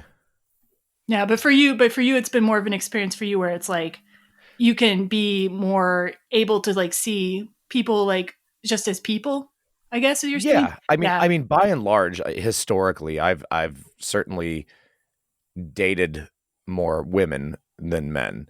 But as far as hooking up, I've always been a equal opportunity not employer partner. Yeah. Equal opportunity partner. Yes. Sorry, I shouldn't make light of it, but yeah, that's what your mind finishes with. Anyway, so now we're going to come to the spoiler section. So if you have not seen Chasing Amy, please bow out now if you don't want to be spoiled. All right. So this is the part of the movie where everything kind of goes to shit. Banky finds Alyssa's yearbook, and we hear a story about what Alyssa was up to in high school, told from the viewpoint of a character named Coe. And I'm not going to put a recording of the story here, but what it amounts to is that Alyssa was at a guy's house one day, and the guy and his friend were messing around with her. All of a sudden, one of them took his dick out, and instead of reacting in fear or shock, Alyssa started giving him head, and then the other friend started having sex with her at the same time. And she earned the nickname Finger Cuffs for this. And I didn't think of it this way when I was watching it in the 90s, but when I heard the guy Coe tell the story now, after the Me Too era, immediately, I'm like, if I had watched this now, I'd be like, oh, how do we even know this wasn't a sexual assault? You know what I'm saying? Right. Because no, I had the same reaction. I had the same reaction watching it. I was like, oh man, this is this is a sexual assault story, or what's her perspective of it? How would she look at this story? You know? Yeah, and it's very much not a sexual assault in the movie. Like she claims it as something she wanted to do. But if I now heard a story like that, I would not immediately jump to, oh yeah, that's totally something this girl wanted to do. I'd be like, did that girl want to do all that? of a sudden you're hanging out with your friends and you get an unsolicited dick in your face. That's not sexy time. You know what I mean? That's horrible. Yeah, for a lot of women. I'm not going to say for most women, but for a lot of women, it would be horrible. So I'm just saying, the fact that now Banky immediately jumps to not only believing this story, but never doubting for a minute that this is the event, the version of what happened, now comes off really differently. So Holden hears this story, and initially he kind of says, no, this couldn't be true. She's a lesbian. She's never even been with a man. But you can tell that he's rattled, that he also believes it at the same time, it's got to him. And Banky, meanwhile, is saying terrible things about Alyssa, insulting her, accusing her of being a germ farm, potentially, and having STDs and being dirty, all that wonderful slut shaming. And Holden gets really mad at Banky for this, very mad at this, but now it's in his mind. And you see him in a scene with Hooper at a CD store or something, shopping for CDs. And Hooper basically tells him to chill out. And when Holden's but having sex with multiple partners, Hooper's ooh, oh, he's pretending to be shocked. I love that. Hooper is such a great character. Yeah, so basically, Holden's got this on his mind, even though Hooper tells him to chill and to let it go, he can't let it go. And this all culminates in Holden and Alyssa at a hockey game. And rather than Holden just asking Alyssa in private about this thing that he heard, he starts basically interrogating Alyssa, trying to get her to give him the information, basically, in a roundabout way. It was so passive-aggressive. He could have been more direct. He could have been more open. He could have done it privately. But the way that he does it, the way that he's fishing, it's just insidious. Yeah. I think it's I can't remember exactly what he says, but did you ever know anybody named Rick Darris? Or And she's oh yeah, Rick Darris, and she knows immediately what he's getting. I was she's oh yeah, what was the other guy's name? Oh, what was his name? And then she came up with it. And you could just see his face, oh, I knew it. Mm-hmm. This is actually a terrible scene. I mean, it's a great scene because their acting is impeccable. Her acting is great, as well. But yeah, this is definitely the beginning of the end of their honeymoon period, I guess you could say. Well, their relationship, really. I mean, that's true. Yeah. One note of interest to people who are into Easter eggs: the guy who played Rick Darris in Clerks is actually sitting next to Holden in the hockey scene. So, oh really? Yeah, they said that in the commentary. So, real super fans might be like, oh my God, there's Rick Derris right there. Like, anyway, that's not super important compared to the emotional impact of this scene, though. And finally, like, Holden actually brings up the name Finger Cuffs. And she is just like, she looks like she's been slapped, basically. Like, why are you bringing this up? Basically. And then he continues to badger her until she, like, yells out in the middle of the hockey game something like, I blew somebody while somebody else fucked me. She yells that in the middle of the hockey game. And you get one of those Kevin Smith scenes where everybody's reacting to somebody saying something shocking. She runs out and Holden follows her. And yeah, it's just a brutal scene. It's like to watch a woman being badgered like that. I'm going to say something that's going to make me sound like an asshole. Let's just say that. Or unpopular. I don't have that much sympathy for her in this scene. I mean, I get it, and like I don't. We all have a past, but I feel like she's been dishonest with him from the beginning, and I feel like that, like, the trust is lost with him.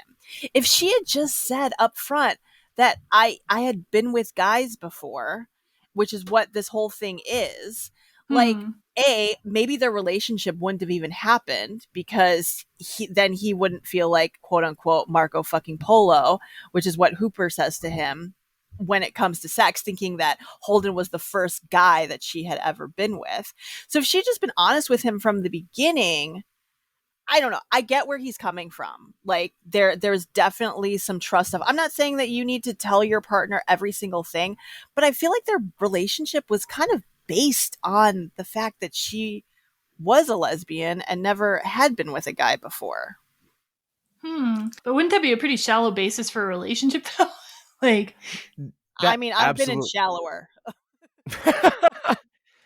The thing with that is, I definitely see your point. I believe in being open and honest in relationships, and I think that is a crucial foundation for a long-term one. At the same time, the fact that Holden is hurt doesn't give him the right to be hurtful, which I know is the default reaction. I certainly have been hurtful in situations where I was hurt before, but he does not come off looking very good in this scene. Yeah, it's venue. It's how he goes about it. Like, if he, like, yeah, like we were saying before, if he just done this in private and asked her directly, then you don't get a very dramatic scene in a movie, of course, but that's true. True. I agree. I mean, I agree with all of that, but I do see, like, I don't think of him as being like 100% the bad guy. Yeah, like, I definitely feel for him. I definitely feel like, again, I'm going to go back to, like, the whole setup. There's something fishy with her. She just doesn't come across to me as being, like, completely truthful or honest getting into this relationship. I can understand, like wanting to have a sense of trust. Like, I can understand that. I also, though, sort of feel like, what does anyone's sexual past, like, as long as they've, taken sexual, they've been tested for STDs and you both agree, if you both agreed to that, as long as you both, like, shown each other your health records, what else does someone's sexual past really have to do with your sexual present with that person, in a way? Like, that's how I kind of feel about it. Like, it doesn't actually have, like, any, bearing on your relationship, as long as, like, you're treating each other well in the present. I don't know. I mean, I disagree. Like, in a perfect world, if we were perfect people, sure. But I mean, I'm not like that, like, I sympathize with Holden in this scene for sure. And I don't know. I think it does matter. I think, and again, that's probably not the, like, kosher thing to say or the popular thing to say, but no, that's okay. It matters to people, and I think a scene like this kind of proves that. Not proves it, but you know what I mean. So they get to this next scene, they're in the parking lot, and this kind of goes to what you're saying, like, Holden's having the same kind of thing. Like, he's having trust issues, and he's having, like, issues with her sexual past, and they're fighting in this parking lot. And I definitely am with Alyssa on this part. Like, I feel like I would definitely tell my partners, like, about my past for sure, because, like, I'm just that kind of person. I'm very open with people, but At the same time, I really sympathize, especially as a woman. Like, I think we're judged very differently for what we do sexually. Like, she kind of points it out to him, like, didn't you have sex like in high school? And like, and also like, why does he have a problem with her sleeping with men specifically when he already knows that she slept with, I think she says, all the women in New York City. Like, I feel like there's like a thing going on with like the male ego being wounded here and male insecurity, which is like kind of what Kevin Smith said the movie was about, male insecurity, rather than just being about trust and openness in this case. But yeah, I mean, I agree, but I mean, I agree with that. But I also like just that first scene, like when they're like at the park and he's asking her like the lesbian questions, like she flat out tells him that she's never been with a man. Yeah. Like that's a straight up lie. In Alyssa's defense, I read that initial part as different. I felt that was her just, again, putting that barrier up to remind Holden that she identifies as gay. Don't fall in love with me. I only like women. Yeah, because if she had said like, oh, I did sleep with a guy once, like that would encourage that kind of guy, or maybe not Holden, but like some kinds of guys to just press and press and press, right? And if dating men is not something she's interested in anymore, that's going to be annoying or going to give him false hope. All right.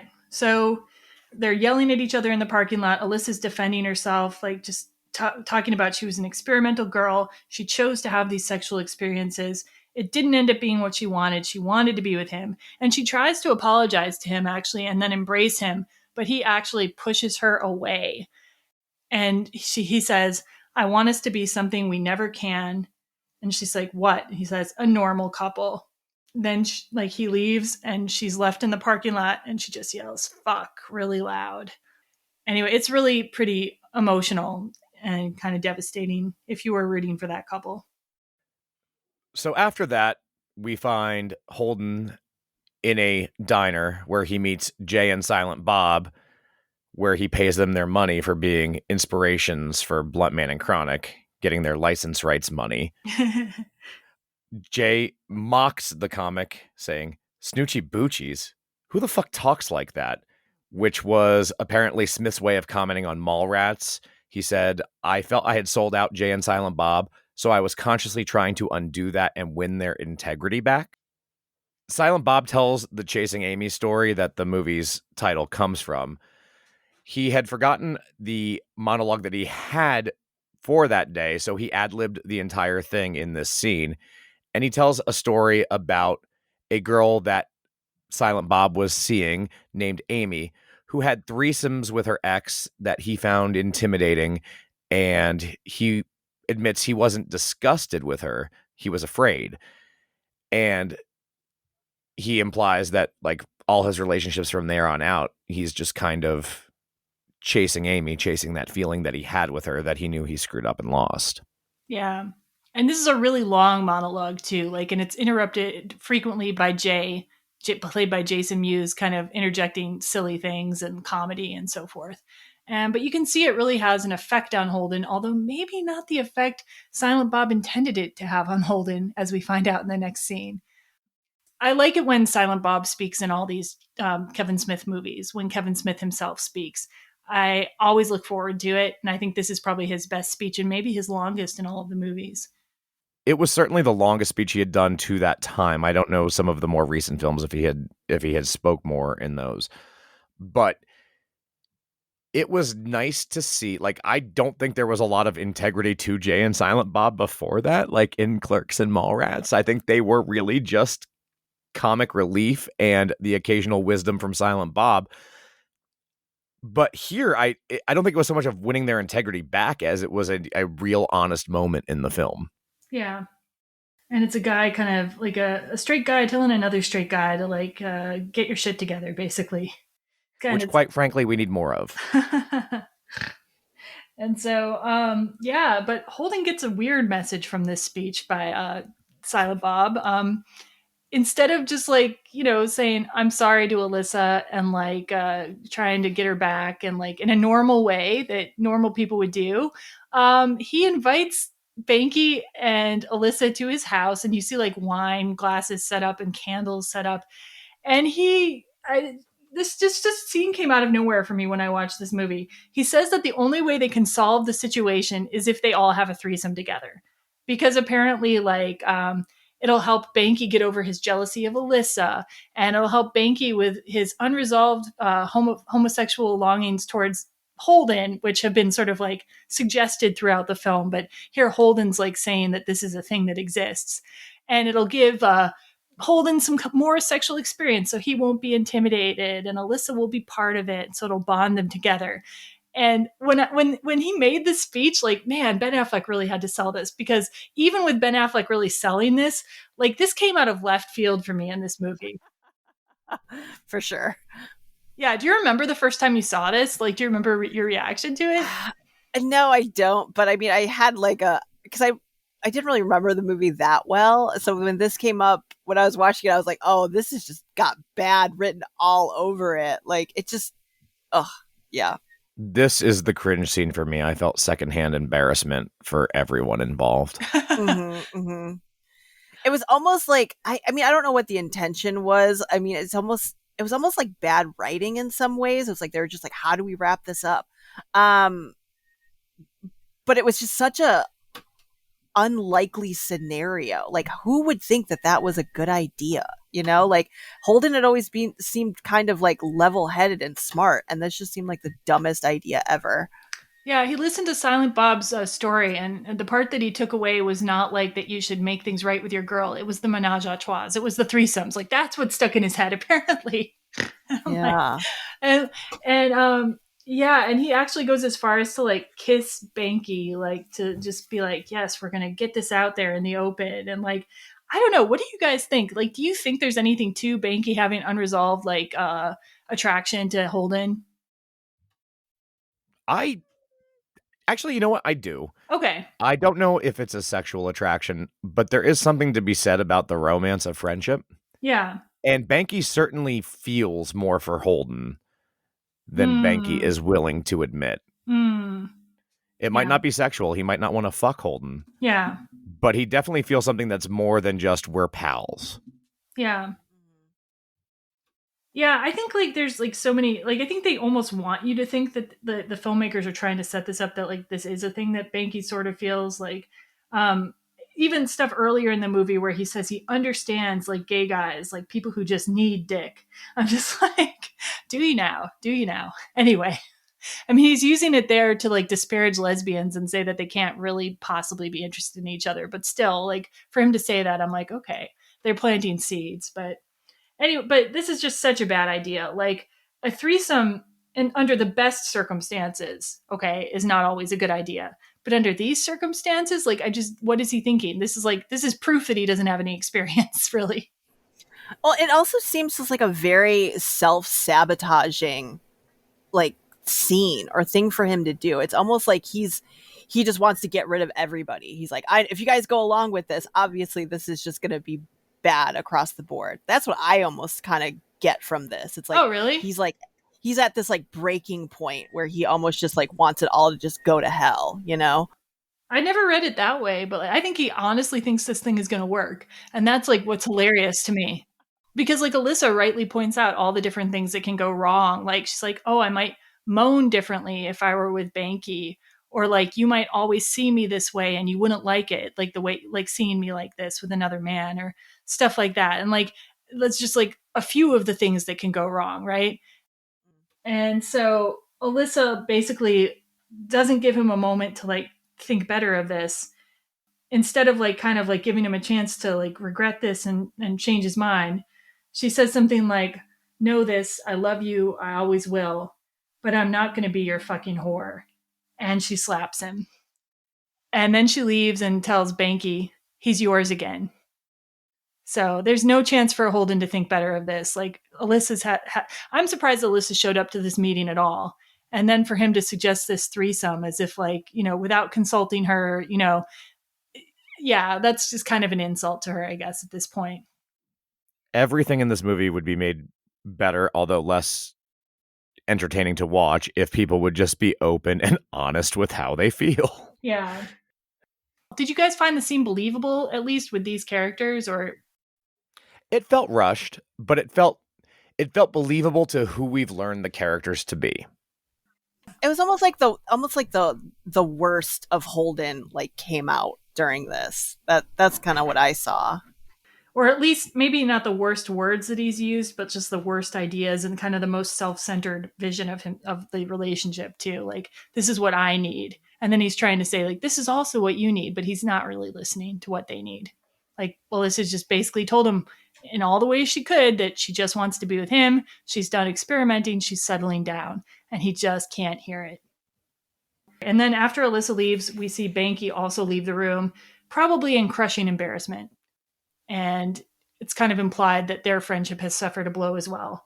And 1 year later, we do indeed see that their friendship has suffered a blow. We see Banky sitting alone at his own table with a new, is it just with Buttman and comic, or no, it's his new comic, with his new comic. Baby Huey. Or not Baby Huey. No, Dave. Baby Dave. Baby Dave. Baby Huey is the duck, yeah. Yeah, and Banky's at his own table now talking to a fan from the opening scene. And then we see that Banky sees Holden, who's shown up. And Holden and Banky are communicating entirely like with hand gestures at this point, but you can still understand kind of what they're saying. Yeah, it was very that across the room unspoken conversation, but yeah. Yeah, and basically then Banky like points out to him that Alyssa is at the con as well. And so Holden goes over to Alyssa's table. And at first, before we see Holden go over, we see Alyssa at a table, and she has a girlfriend who is played by Kevin Smith's sister in the movie. And the girlfriend gets up to go. The girlfriend doesn't really get Comic-Cons, she says to Alyssa. And while the girlfriend's gone, she and Holden have a talk. And the talk starts with Holden putting down a comic book on her table. We see the cover, Chasing Amy.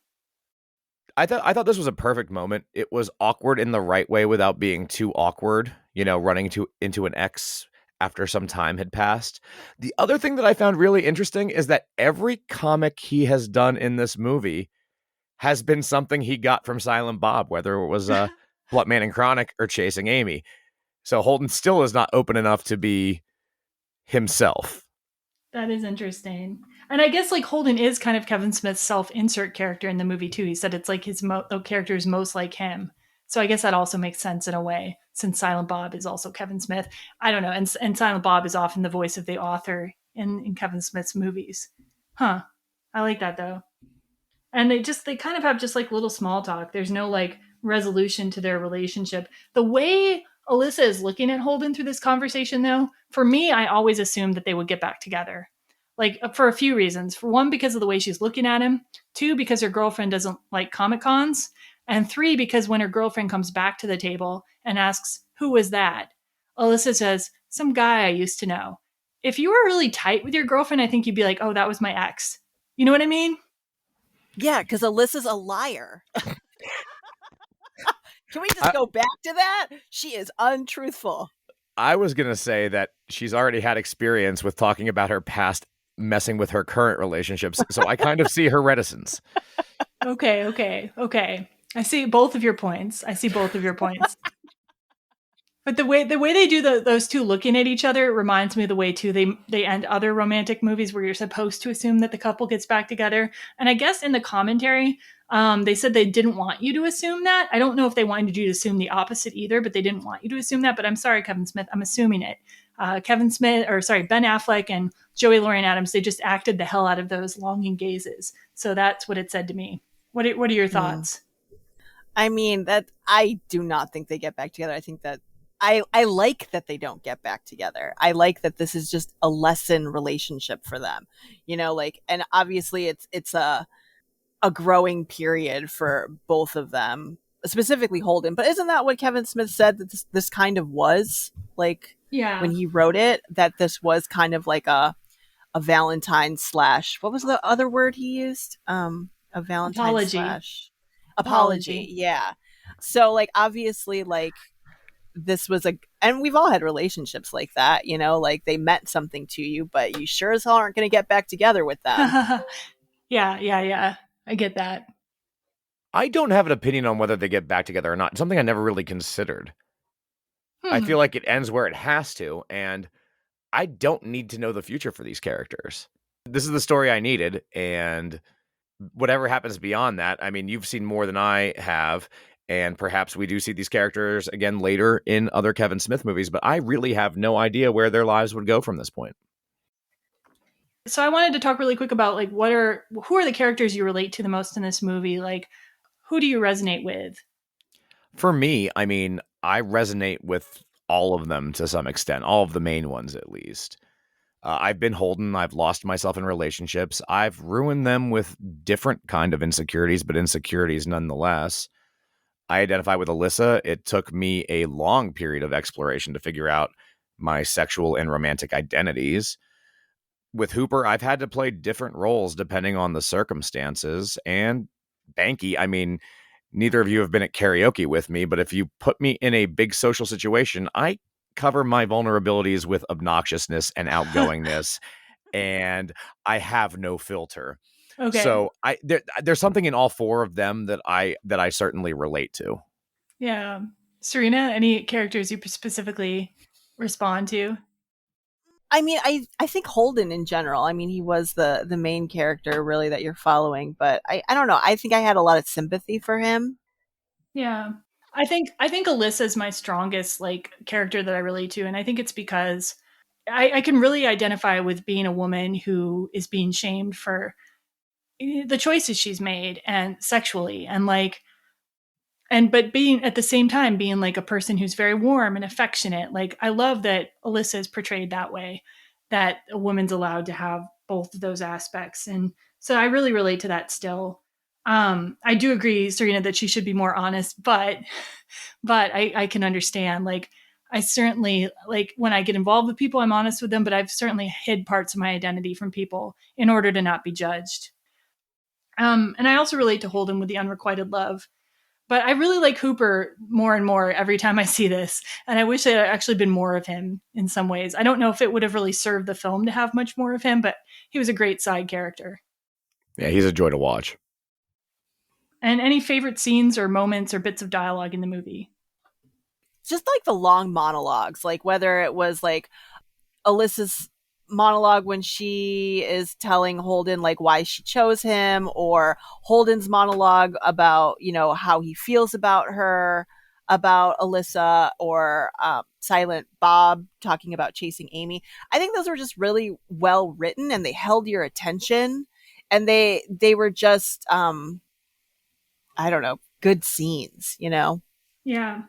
For me, because it is a Kevin Smith film, my favorite scene is at the end, the unspoken conversation that Banky and Holden have across the convention. Just because Kevin Smith films tend to be very talky, and to express that much without actually saying something was a real sign of growth for me. And also, as a side note, we mentioned Joe Quesada and Jimmy Palmiotti earlier in this. They are the guys that Holden is standing behind as he and Banky are having that silent conversation. Oh, that's cool. And I think for me, like right now, like when I think of the scenes that give me joy, it's anything with Hooper in it. And it's like, I love him. I love his character. I love the actor. So good. And then also the Jaws homage. I love that scene. Yeah, I like nerdy stuff, I guess, like nerdy little homages to other movies and stuff like that. And talking about Star Wars and thinking about it in new ways. Okay, so finally, we're going to get to our double feature recommendations. And my first double feature recommendation is to watch Kevin Smith's first film, Clerks, from 1994, on the off chance that you are listening to this podcast and you have not watched it already, because I'm sure a lot of people listening have. It's just a great example, you know, of 90s Gen X filmmaking. It's not really a rom-com, which is why we're not covering it for this series. But I think it's an essential piece of understanding what it was like to grow up in the 90s, and especially to work in retail. And it has so many great pop culture reference scenes and just funny moments. It has also got a lot of like crude humor. If that's not your thing, you might not be into it, but I love that movie. And to me, it's kind of tied with Chasing Amy as my top Kevin Smith film. And actually, a good triple feature would be to watch Clerks, then watch the next movie I'm recommending, Go Fish, from 1994, which the star of that movie, Guinevere Turner, was one of the inspirations for this movie. And Go Fish is a very different movie from Chasing Amy, but if you want sort of like an example of like lesbians telling their own story, expressing what it's like to be in their community from their perspective, I think you could not do better than to watch Go Fish from 1994. And also, this is a film that Kevin Smith had clearly seen and admired because they were coming up at Sundance together. So it would be a good film to watch. Third, I'm going to go ahead and recommend Jersey Girl, which I just watched yesterday. I had never seen that before. Just because it's another Kevin Smith film where Ben Affleck is playing kind of a romantic lead. Although Jersey Girl is more of a family like comedy drama. And it was really sweet, I thought. Like, I'd always heard it was like a bad movie, but then I watched it and I was like, no, this movie's really sweet. It made me cry at one point. Ben Affleck's playing opposite like Liv Tyler and like George Carlin. George Carlin is amazing as the dad in this, in my opinion. And I think it's just really worth watching. So it shows you a sweeter side of Kevin Smith. And it's like very not as referential as his other movies are. Although I do believe Matt Damon and Jason Lee show up at one point. And finally, I recommend watching Jaws from 1975. Not just because Jaws is an amazing movie, which if you haven't seen, you should definitely see, but because you can just fully appreciate the homage in this movie if you watch Jaws. So there you have it. So the movies that I chose as for double features, I chose Dazed and Confused. It has both Ben Affleck and Joey Lauren Adams in it. It has a huge cast, but I think I don't think they interact with each other, but I think just during this era, you see them a lot in movies. And I love this movie. And then I also chose Mallrats because there's a lot of references to Mallrats, another Kevin Smith movie, the one he made right before Chasing Amy. Wait, can I ask you a question? Are you a fan of Mallrats then? Like, I think I like it more than you guys do. It holds some sort of weird nostalgia for me. No, I'm with you. That I don't. Yeah, I like it. I think it's kind of cheesy, but I could watch it over and over again. And you also get to see Ben Affleck and Jason Lee in a totally different relationship to each other in that movie, which is kind of cool. Yeah. Yeah, exactly. And then I chose Dogma. I think Dogma might be my favorite Kevin Smith movie. Yeah. It's very clever and it's well written. And again, it has, Ben Affleck in it as well. So, I mean, that's a little tie in there. So yeah, those are my choices. Yeah. And just in case anybody has never heard of Dogma, Dogma is like a film that kind of is heavily about religion and especially Catholic religion and has all kinds of like angels and like demons showing up. And it's really out there and pretty fun. I agree. Dogma is a great movie. So mine are all centered around a semi-accidental theme, which is men being bad at relationships in mid-90s comedies. The first one is The Pompadour of Love from 1995. It's one of those independent films that's too clever by half. It tries very much too hard, but it's about four guys and the problems that they have with their various relationships. It very much feels like a writing exercise more than an actual film, but I've always had a soft spot in my heart for it. Second is one of my favorite independent films from the 90s, Kicking and Screaming, one of Noah Baumbach's earlier works. It's, again, one of those clever independent films, but it doesn't feel too clever by half. It has a very good emotional core and a semi-heartbreaking ending. And then finally, just because I felt like we needed to have some good queer love in this, Jeffrey from 1995, which was a play. So the fact that it is too clever actually fits it. There's a lot of fourth wall breaking. It's about dating in the 90s in Manhattan when you're gay in the middle of an AIDS epidemic. Mm. Is it like... And it's funnier than it sounds from that description, I promise you. So it is lighthearted. It's not like... It is, I mean, it has moments of pathos, but it is a fairly lighthearted film, yes. Okay, cool.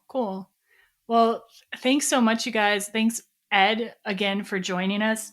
And a reminder, we can find your work at... You recommend the website, so... Yeah, absolutely. Sungpoorly.com. That's where all episodes, blog posts, and merch are available. Yeah, and speaking of merch, he's got some pretty sweet t-shirts on there, so you should check that out for sure. And remember to check out our podcast, everyromcom.com, and send us feedback if you like it. Feedback at everyromcom.com. We finished the Gen-X series, and the next series we're going to be cooking up for you is the Weddings series, so stay tuned for that. Thanks again for joining, guys. Goodbye. Bye. Bye.